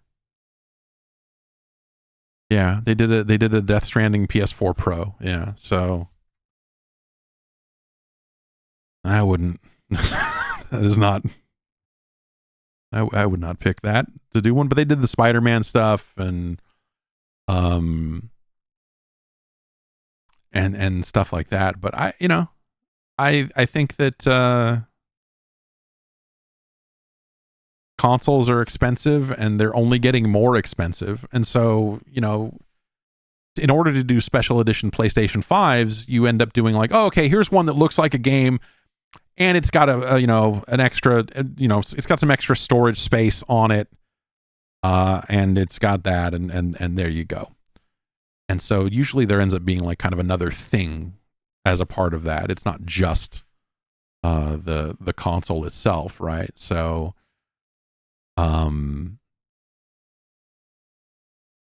they're not doing any cheaper versions of the console at all. The console is just getting more expensive all the time. And so I think just the dynamics of that stuff has changed.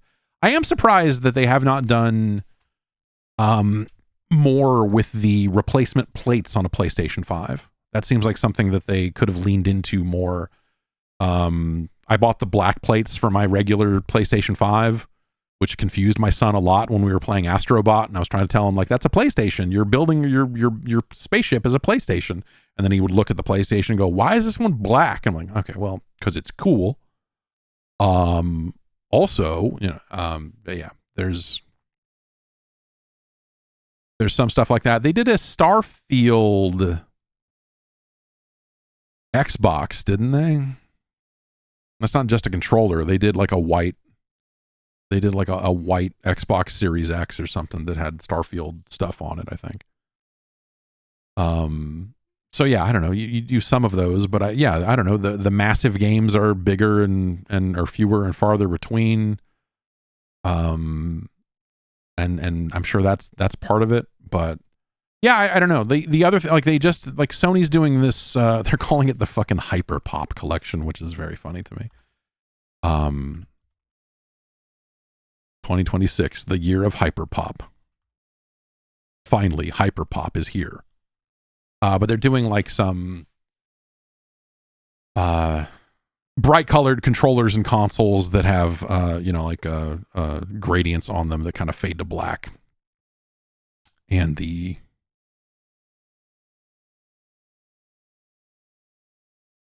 console colors look nice, but that stuff is specifically, they are just selling the plates.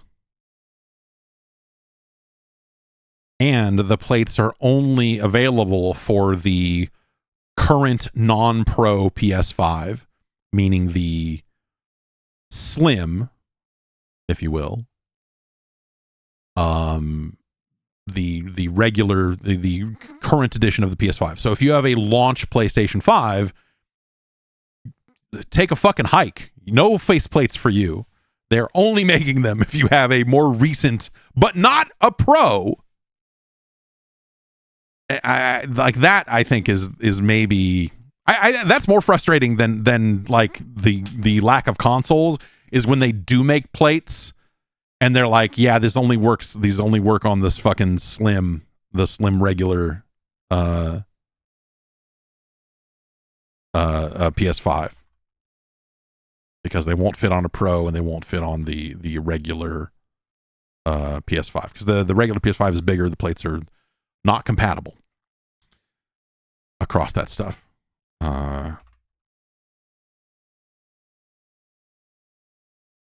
Which is crazy. They come in 3 colors: techno, remix, or rhythm. Turn up the beat with techno red. Stand out with remix green. Stay locked in with rhythm blue.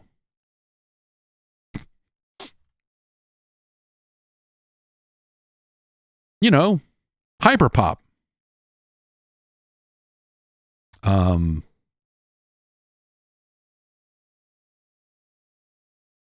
William in Stockholm writes in. He's got a kind of a long email, but it boils down to, should I mod an iPod in 2026?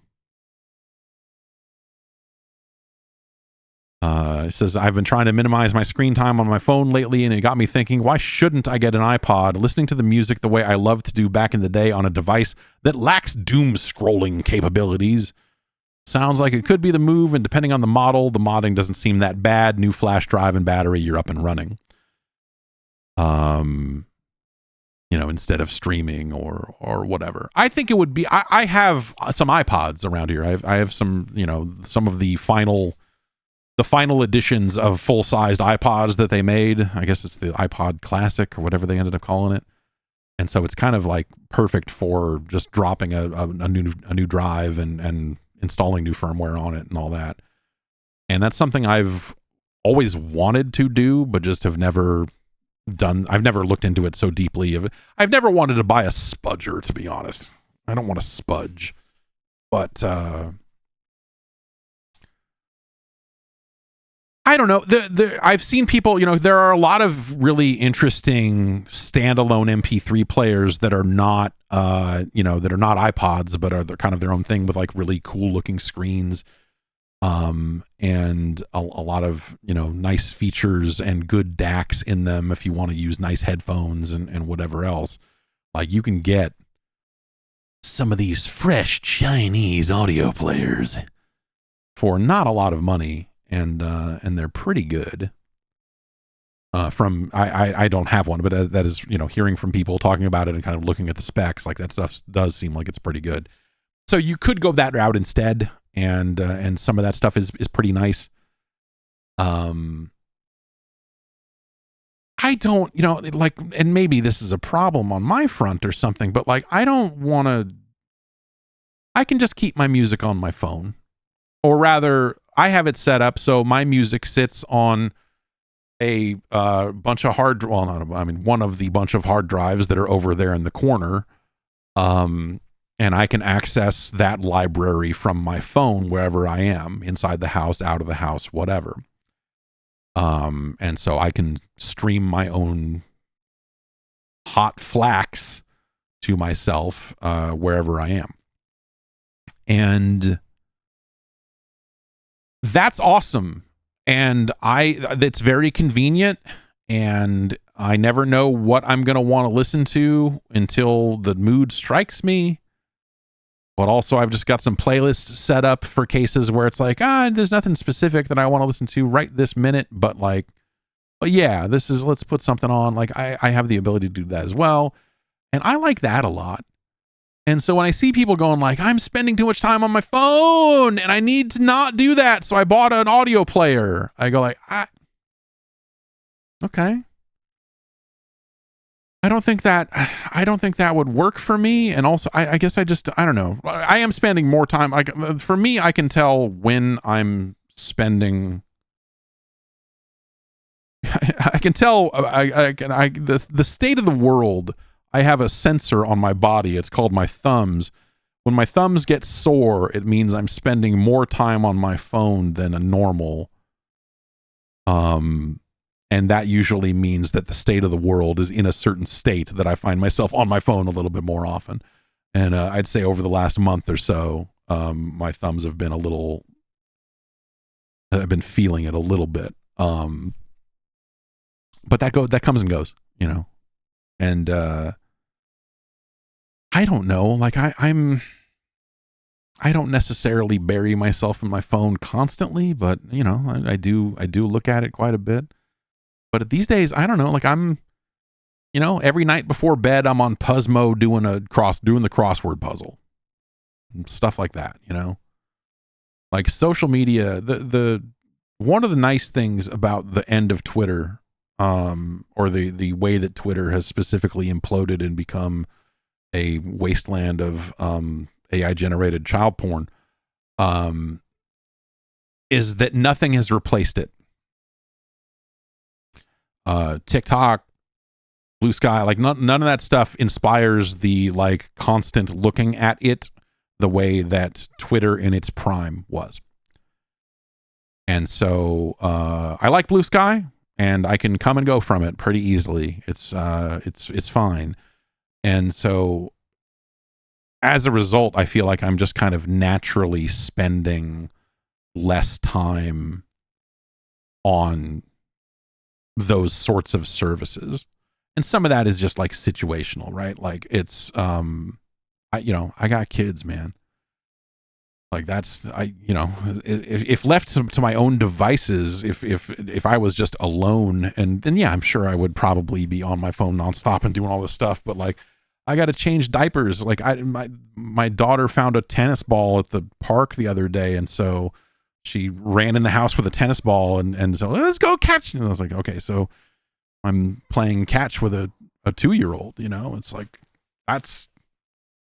that is what I am doing instead of staring at my phone. And like I feel lucky to have that as a distraction or as a recalibration of how I spend my time or whatever. Not everyone has that. Not everyone has the like direct, like, oh, there's a kid here telling me to put my phone down. And so yeah, I don't know. Some people need something a little bit more direct than that. But that's how it's gone for me. Is just like I just don't. Just kind of as a natural thing, I'm not like plugged into as much stuff as I was a decade ago, and it's sort of weird because like I probably would be, and maybe that wouldn't be healthy. That probably wouldn't be, but with the way things are these days, but But yeah, that's just kind of how it's how it ended up around these parts. So yeah, I don't know, man. Mod an iPod, go for it. Like, that sounds like a fun project either way. Like, I super want to do it. I think it would be really fun. And it's, for me, it would be low stakes enough where it'd be like, if it broke, then whatever. I haven't used that iPod in probably 10 years or more anyway, so if it works, then cool. If not, like, I was looking at, so the PlayStation 5 controller that the kids have been using, which is that nice purple one that I like, has quite a bit of stick drift on the left stick. Now, turns out when you let kids use controllers, or maybe if just you should just let people use controllers, maybe I'm just extra sensitive. Like, I have not had stick drift problems with just about anything. But like, that thing has seen some shit. And so it is, yeah, it's got some drift for sure. And I started looking up the process of like, what would it take to replace the sticks on these, because companies will make TMR sticks and all of that sort of stuff that you can replace the sticks in a PlayStation 5 controller with like better technology. And some people have done that, and I'm like, oh, that'd be cool. Like, I mean, this controller is on its way out anyway, so maybe I should see. And again, would have to buy a spudger because you've got to pry open the controller. But then also, it's a lot of soldering. I wish I could solder, man. And I feel like if I had 10 years ago or something, or maybe 20, I guess, actually, if I had just soldered something. If I had soldered something back when it was easier to solder stuff, but like, I never modded my own PlayStation 1. Like, I always had people that were more confident solderers do that. Like, I always, it's like it's between being colorblind and worried about the colored wires inside of everything and not being able to match all that shit up properly, combined with just like, I'm not positive that my hands are steady enough to do this. My hands are mostly steady. I don't know. Like, I'm not like shaky or anything crazy like that, but I don't know, man. I don't know that I trust it, but like, I started looking through the process of replacing the sticks on the PlayStation 5 controller, and I was like, man, this would be a project I would love to try to do. But I don't know that I'm confident enough to do it. And also, like, I don't know where I would do it. Like, I could do it right here on this desk in front of me or something, move the mouse pad out of the way and solder here, I guess. I don't know.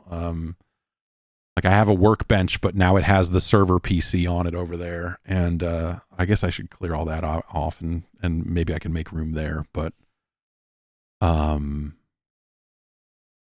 yeah, I don't know. I do think it would be cool to try to fix that PlayStation 5 controller. And again, it's something where the stakes are pretty low because the other option is just replacing it anyway. And so if it breaks, it breaks. But I don't know. The pads look like, it all looks pretty small, and I just go like, the other thing is like, I need to figure out my eyesight situation, because I still have those glasses that don't work on anything up close, and I bought some just magnifying lenses, thinking like, oh well, maybe that will work on stuff up close, but I haven't found anything that works there either. So like readers or like reading glasses, like that doesn't seem like it works very well for me either.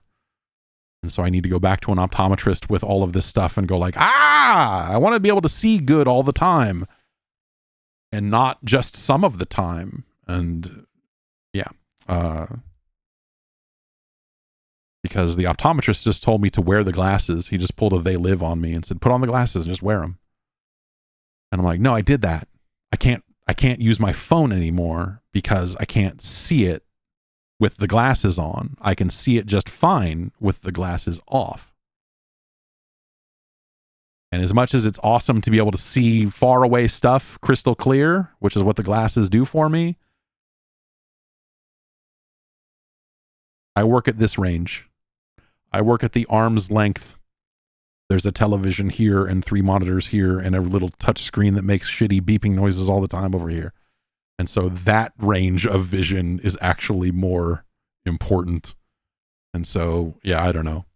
I would have thought he would have said, yeah, it sounds like you need like prescription, you need like progressive lenses or something like that. Like that stuff exists, but instead he just said, just wear the glasses. I was like, oh. I just told, all right. Long story short, I probably need to find a new optometrist.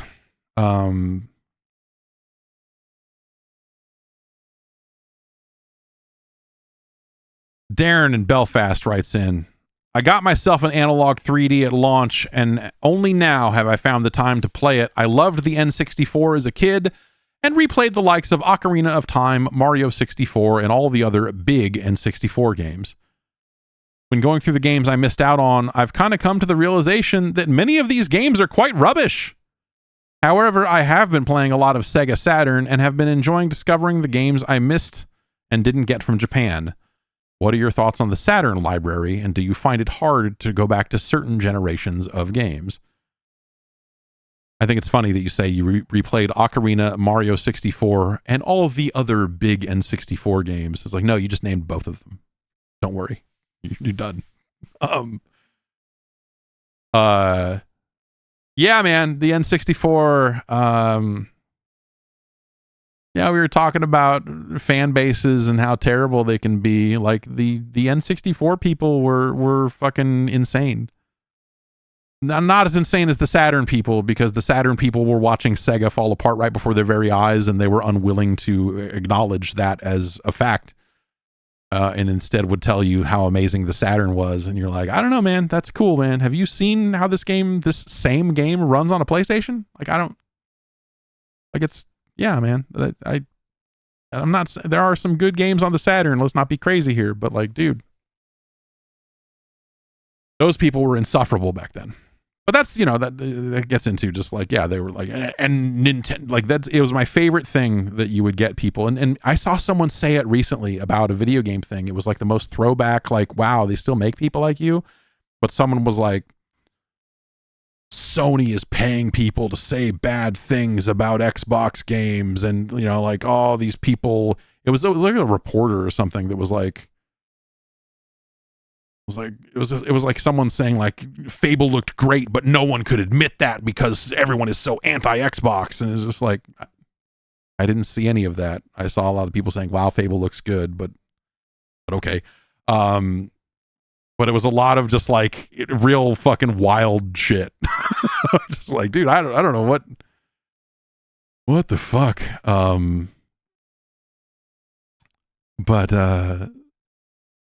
Yeah, I don't know. People are fucking broken. People have always been broken though, when it comes to this specific stuff. Anyway, your question, what are your thoughts on the Saturn library? Do you find it hard to go back to certain generations of games? I go back to generations of old games all the time. It's why I'm such a vocal proponent of the Mister, is because I think it facilitates a lot of that stuff really, really well. That was another, oh man, you want to talk about fucking insane people, dude. So so they sent me one of those Commodore 64 Ultimates that they're selling now. And I did a video for it. It's on YouTube if you want to see it. And I was kind of goofing on their marketing. Like they have things written on the box that just like, there's no social media. But it was very funny because they include terminal software with a preloaded list of telnetable BBSs. And so I logged into a service and saw like CNN news headlines. And it was just like, I don't know, this isn't social media, but there's plenty of fucking bad news right here. Like, I don't know what it was funny, because of like, it's such a weird, dumb way for them to market a recreated Commodore 64 of all things, to try to be like, it's got no social media. Like, why are we even talking about it? It's Commodore. What the fuck are we doing? And like, I messed with that thing and kind of came to the conclusion of just like, it's fine. There are a lot of other ways to tackle this that don't cost as much money. If you're looking to do Commodore 64 stuff, there's a wide variety of ways, and I think some of the things about the menu are a little frustratingly built and all this, and there was like a run of comments on that video from like weird old retro dudes, like the type of people that would watch, you know, exclusively that type of content, that were just like fucking could not handle the idea that I did not fawn over this thing and said, like, this is the most amazing thing ever. And people are like, well, clearly you don't understand it. You know, if you want to, you know, and you know, I was saying stuff about it like, you know, hey, like our relationship to televisions and living rooms and stuff has changed a lot over the years. And so having an all-in-one computer with the keyboard here with these cables that are short, how are you going to type close to the TV? Like if you had a controller that could load software and navigate the menus more directly, that would be handy. That'd be nice to have. You were like, did this guy even own a Commodore 64? It was really fucking nuts, dude. It was really fucking crazy to have like these straight up lunatics wandering into the YouTube comments. It's YouTube comments, right? I mean, what are you going to do? But like it's really fucking strange because it's a device you look at it and go like, yeah, this does exactly what they said it was going to do. The Mister does the, you know, I'm going to say 98% of this, if not more, and you can get one of those for less money now these days between the QM Tech models and the Takayudan stuff, and that will play a lot more than just a Commodore 64, and that's kind of cool too. People just couldn't, I don't know, people fucking lost their fucking minds about it. And they're like, well, you know, a thoughtful critique would be welcome, but clearly this is not that. It was really fucking bananas. It's like, wow. Like people are taking a run at me and trying to say I never had a fucking Commodore. I you know, and it's tempting to like wade back into those and just like start shit. It's to start shit with some of those people. Because someone was like, well, clearly you've never had a Commodore 64. And I wanted to respond, you're right. No, you're right. I had a 128. Fuck yourself. But yeah, it's a weird, people are weird all over the place, but the Saturn people were weird in a lot of those ways at the time. And the N64 people, like everyone was convinced that like Sony is paying you to shit on these N64 games. I was like, no, these N64 games are shitting on themselves quite well, actually, compared to a lot of the PS1 versions of these games. I don't know. Do you like Fog? It's just, and you know, and the Sega stuff was, you know, you felt bad for the Sega people because you watched Sega fuck up over and over again, you know?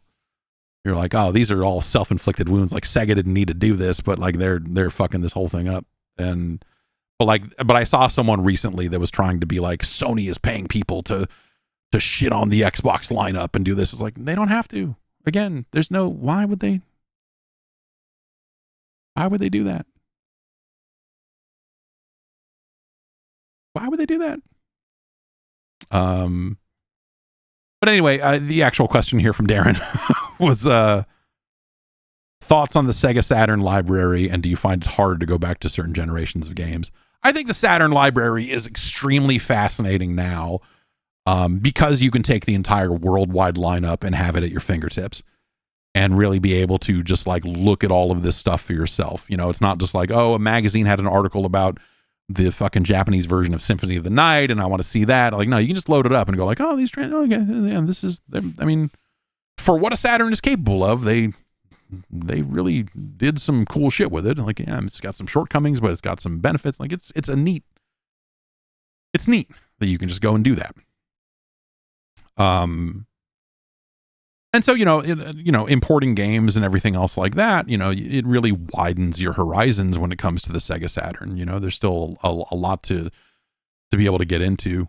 I still think probably like Fighters Megamix is probably like, what's my favorite Saturn game? It's probably just Fighters Megamix, which I don't play nearly enough of because I don't really have anybody to play it with. But yeah, that's a fucking hell of a game. But, you know, we had all these fucking 4 meg RAM carts and all this stuff. And, you know, we were able to play all these Capcom games. For a long time, we just had a Saturn set up running like Alpha 2. Just Street Fighter Alpha 2 just running on a Saturn in an empty kiosk for like several months. And so you could just kind of like stop what you're doing, and a couple of us would walk over and just play some Alpha 2 and then go back to work. And that was fucking awesome. But that was years after the fact. That was post Dreamcast when we were doing all that stuff. But yeah, I don't know. Like it's a really good and interesting lineup when you take the full world into consideration. As someone who was there, and we were talking about this not that long ago, but as someone who was there reviewing the U.S. output on the Sega Saturn and seeing the stuff that was coming out of the States and occasional imports, because we were, it's like, oh, what's Groove on Fight? Let's find out. Let's import a copy of Groove on Fight. It wasn't same as the TurboGrafx 16, I suspect, like the US releases. You just look at it and go like, yeah, this shit's not, I don't know. Like there's so many other things happening in the US market right now that this is not a priority. And it doesn't seem like the company putting this system out also doesn't think it's a priority either. So, but yeah, do I find it hard to go back to certain generations of games? Not especially. That doesn't mean that I'm spending, I'm not going back and spending 40 hours on one PlayStation 1 game or whatever, or like I'm not going back to ancient RPGs and spending dozens and dozens of hours on them. Like I'm kind of just like cruising through some of this stuff and, playing some shorter stuff. But I don't know, like there's a lot of consoles or there's a lot of Japanese hardware that I just didn't have access to. The PC-88, for example, home of everyone's favorite video game, Super Mario Brothers Special. That didn't exist in the US. The MSX largely didn't exist in the US. So like, for me, a big part of having access to all of this stuff now is being able to experience some of these devices, some of these platforms that just simply were not available here. The Spectrum, that's kind of another one. And sometimes that can be hard because, it's something that like having knowledge of the Commodore 64 and how it works and how you load up a game and how you do all that stuff. I'm much more equipped to do that, whereas like some of these systems, like you put me in front of a BBC Micro, I wouldn't know how to load a game. If you don't just put the disc in and turn it on and have it automatically boot, if that doesn't work, I don't know what you would do. Like an Apple II, I know what to do. I can fucking PR number 6 my fucking way around a fucking Apple II as much as you want. And I can type catalog like a motherfucker. But I know when to type run and when to type brun to load Apple II games. But you put me in front of like a TRS-80, even like some of the Tandies and some of this other, like a Coco 2, a Coco 3. I have no idea what to do. Just to load games on some of that stuff. And so some of those generations, some of those specific machines from that era are hard to go back to just because I have no idea what to fucking do.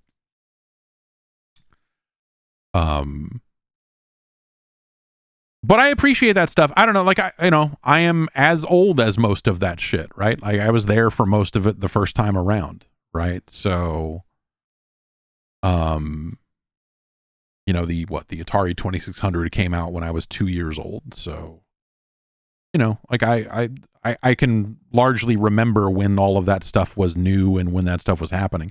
I think a lot of that stuff, if you completely lack the context for when that stuff came out and when it existed and whatever else, that gets a lot harder. I think that gets a lot harder. Why should you care about these games? And you're just like, and it's been interesting with my kids. My daughter played through Bonk's Adventure for the TurboGrafx 16 over the weekend.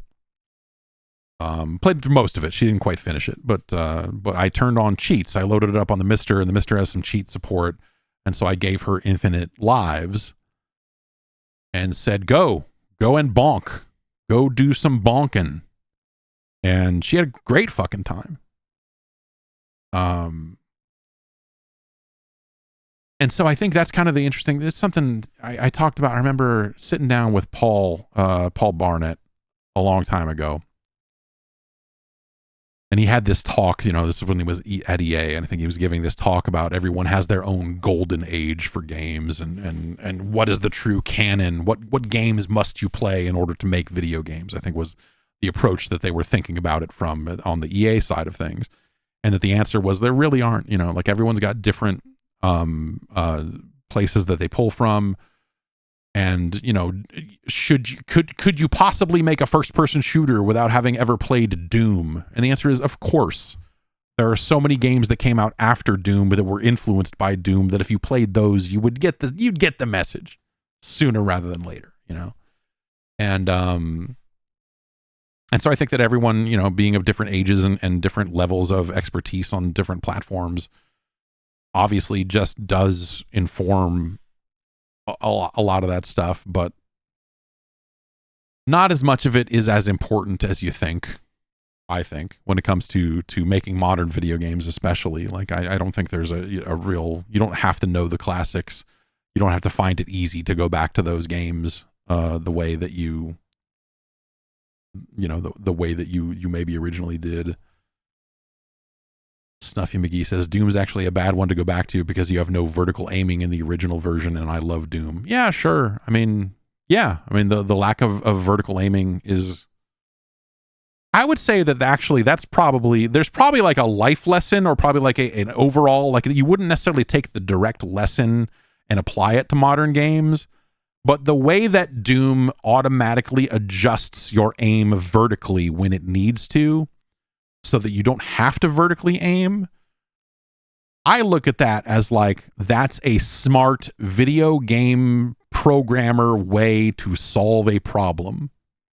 They were able to have enemies in different verticality, but you're still able to shoot them despite the limitations of the engine that they were making and everything else. They still found a way to kind of let you do that. And I think of a big part of video game development, the way that I understand it is coming up with creative solutions to problems that you didn't know you were going to have until you're all the way in it. And you're like, oh shit, we want to do this thing with our game, but it wasn't built for this. And having to come up with like, okay, well, what if we just have it automatically adjust this and do this? And, what if we did this? Like, I think that's probably an interesting thing to look at and just keep in mind that sometimes you're going to need to think in some weird ways to come up with solutions to these issues. You're going to want to do a thing in your game. You're not going to be able to do it the right way, but can you hack something together to make it work and make it fun? Because ultimately, how you got there is not the thing that matters. It's the final product. It's the end product. What do you do? So I would look at that one. That's one specific thing from Doom that I think, could be of value to a lot of people, but it's not the, like,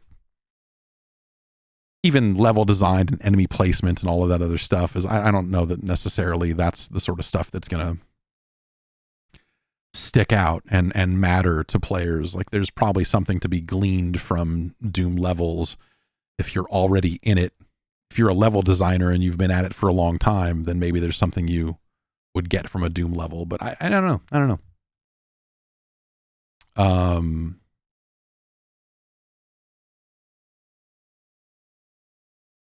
Adam from the 805 wrote in just to say that he has let his Xbox subscriptions lapse. After 21 uninterrupted years of Xbox Live and Game Pass, I finally canceled the service. There were just so few games I was actually excited about. Doom: The Dark Ages was the last time I really used it. I would just like to take a moment for mine and every other person's lapsed account. It was great once, and I hope one day it will be great again. And then send some screenshots of the badges on his profile where he was like, he has the beta tester badge and the 21-year thing, and yeah. Another Sony shit. No.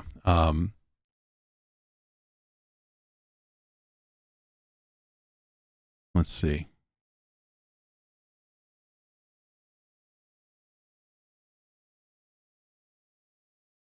Maybe we'll take like one more here. Alex writes in from Brooklyn. Looking back at the original Asus ROG Ally from June 2023, Its overheating SD card slot debacle, lack of dedicated Xbox button, and Armory Crate software being severely undercooked. You've also described the face buttons as feeling cheap and thought the D-pad feel was really crappy. Asus has since addressed the glaring issues, but has the Republic of Gamers improved the button and D-pad feel on their 2025 devices? Yes. I think that in a general sense, I have it over here. The ROG Ally X does feel better in the hand. The D-pad, the buttons feel better than the base model. I think the Steam Deck has a situation where like one of the buttons hangs off the side a little bit too far. So I don't think that any of these handhelds have had. I would even lump the Switch 2 into this, where I don't think the Switch 2 feels great at all. Buttons for a D-pad is the type of fucking cursed concept that only a monster would come up with that. But yeah, it's not. So the thing I'll say is that this is the one where they partnered with Xbox and they're like, oh, we're using, we got grips on it and so the grips where you hold it are nice. This it feels good in the hand to have the grips. But I will say, like, the D-pad could be better. The buttons are a little overly clicky. The menu buttons, I think, feel kind of bad. But, like, they're fine. But that's to say that there's a lot of room for improvement. And I think that's kind of the thing that a lot of these handhelds... And, it's because they're expensive already, right? And so they don't necessarily go all the way on the controls. But I don't think anyone has truly matched the feel of a dedicated console controller in any of these handhelds. The Steam Deck, again, is fine. But, like, it's, I don't, like, it's never... It feels like a second-tier third-party controller. We've gotten to the point where we once again have some third-party controllers that are pretty dang good. This doesn't feel like one of those. This feels like a step down from one of those, just in terms of the feel of the D-pad and the buttons and whatever else. The weight distribution, obviously, that's a different argument completely. But I think the buttons just aren't quite right. The sticks are mostly fine. It's the, if I had to single something out on the Asus ROG X Ally XX ROG X, it is that the D-pad is kind of crummy. Mr. Mangy One says, I like the PS Portal approach, just slap a screen between an actual controller. I was seconds away from buying a PlayStation Portal last week and then decided not to. I was at a Costco and they had one there, and I picked up the card that you would take to buy one, and I was looking at it, and then I realized, like, oh, this is like $50 more because it comes with a bunch of shitty third-party carrying cases and charging docks and all this other stuff, and I'm just like, I don't want anything from a Power A. I have not used a Power A item in a while, but I feel like every time I'm forced to use a Power A item, whether it's a controller or charger or whatever, I'm like, more like Power Ass. But I did not want to spend extra money on that crap, so I ended up not buying one. And then the fever broke, and I didn't like immediately go buy just a PlayStation Portal on its own. It was just like, oh, okay, yeah, and I actually don't. I mean, I could use the Steam Deck as a PlayStation Portal. I could use my phone. I could use my, there's a lot of other devices I could use for remote play, a thing that I'm not even doing that often in the first place. But I was thinking, like, oh, my son plays a lot of games on the TV, and like sometimes he wants to play Switch games, and my daughter wants to play, and so I'm like, oh, would a handheld PlayStation that used remote play, would that actually be useful? in that situation. And I was like, I'm not spending any more. Maybe for his birthday. I'm not spending no more money on video game stuff for the kids. I already got plenty. I got plenty. Yeah. Anyway, that's going to do it for us here. Thanks, everybody. Oh, wait. Breaking news. A letter to the Star Trek Online community has been issued from new CEO Jack Emmert. When I left Cryptic Studios in 2016, I thought it was to seek new challenges and adventures, prove that I could do more than just Cryptic. I had been there for 16 years. I was one of its founders. I was the lead designer on City of Heroes and Villains. I was the chief creative officer for Champions Online, the COO for Star Trek Online, and ultimately the CEO when Neverwinter launched. Cryptic Studios was my very first job in the video game industry, and to be frank, when I first started, I really had zero clue of things outside my little corner. But most of all, after 16 years at Cryptic, I'd become stale. I'd pretty much given what I could at that point, and I needed to go to school somewhere else to figure things out. I joined Daybreak to oversee DC Universe Online and blah, blah, blah. Okay, anyway. So Jack Emmert is back at Cryptic, and he's now the CEO.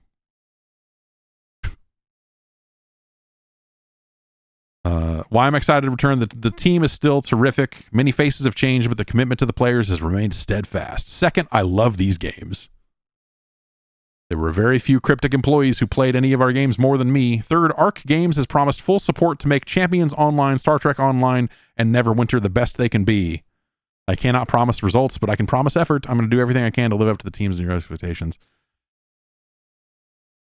If you're a current player, thank you. And if you've once played but are reading and simply curious, come back. I'll be actively getting feedback from all our various channels. More importantly, it's just a very weird email to send out to all of your players.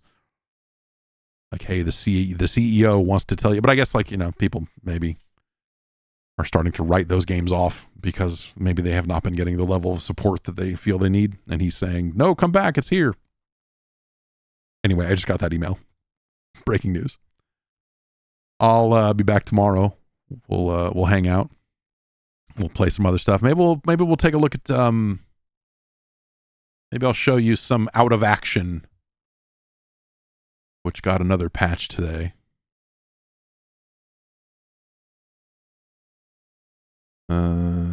Tooltip corrections. Sweet. Yeah, maybe we'll take a look at Out of Action. I was talking about that earlier in the show, so maybe you can get a look at that. I will probably play poorly. I'll give you that heads up. I will probably not be very good at it because the people that are playing it are rude. They're raw. They're ripping people up. So, but despite that, I do think that game's kind of cool. Yeah, I'll be back on Friday. We'll rank some 8-bit Nintendo games. Have a good one, and I'll see you soon.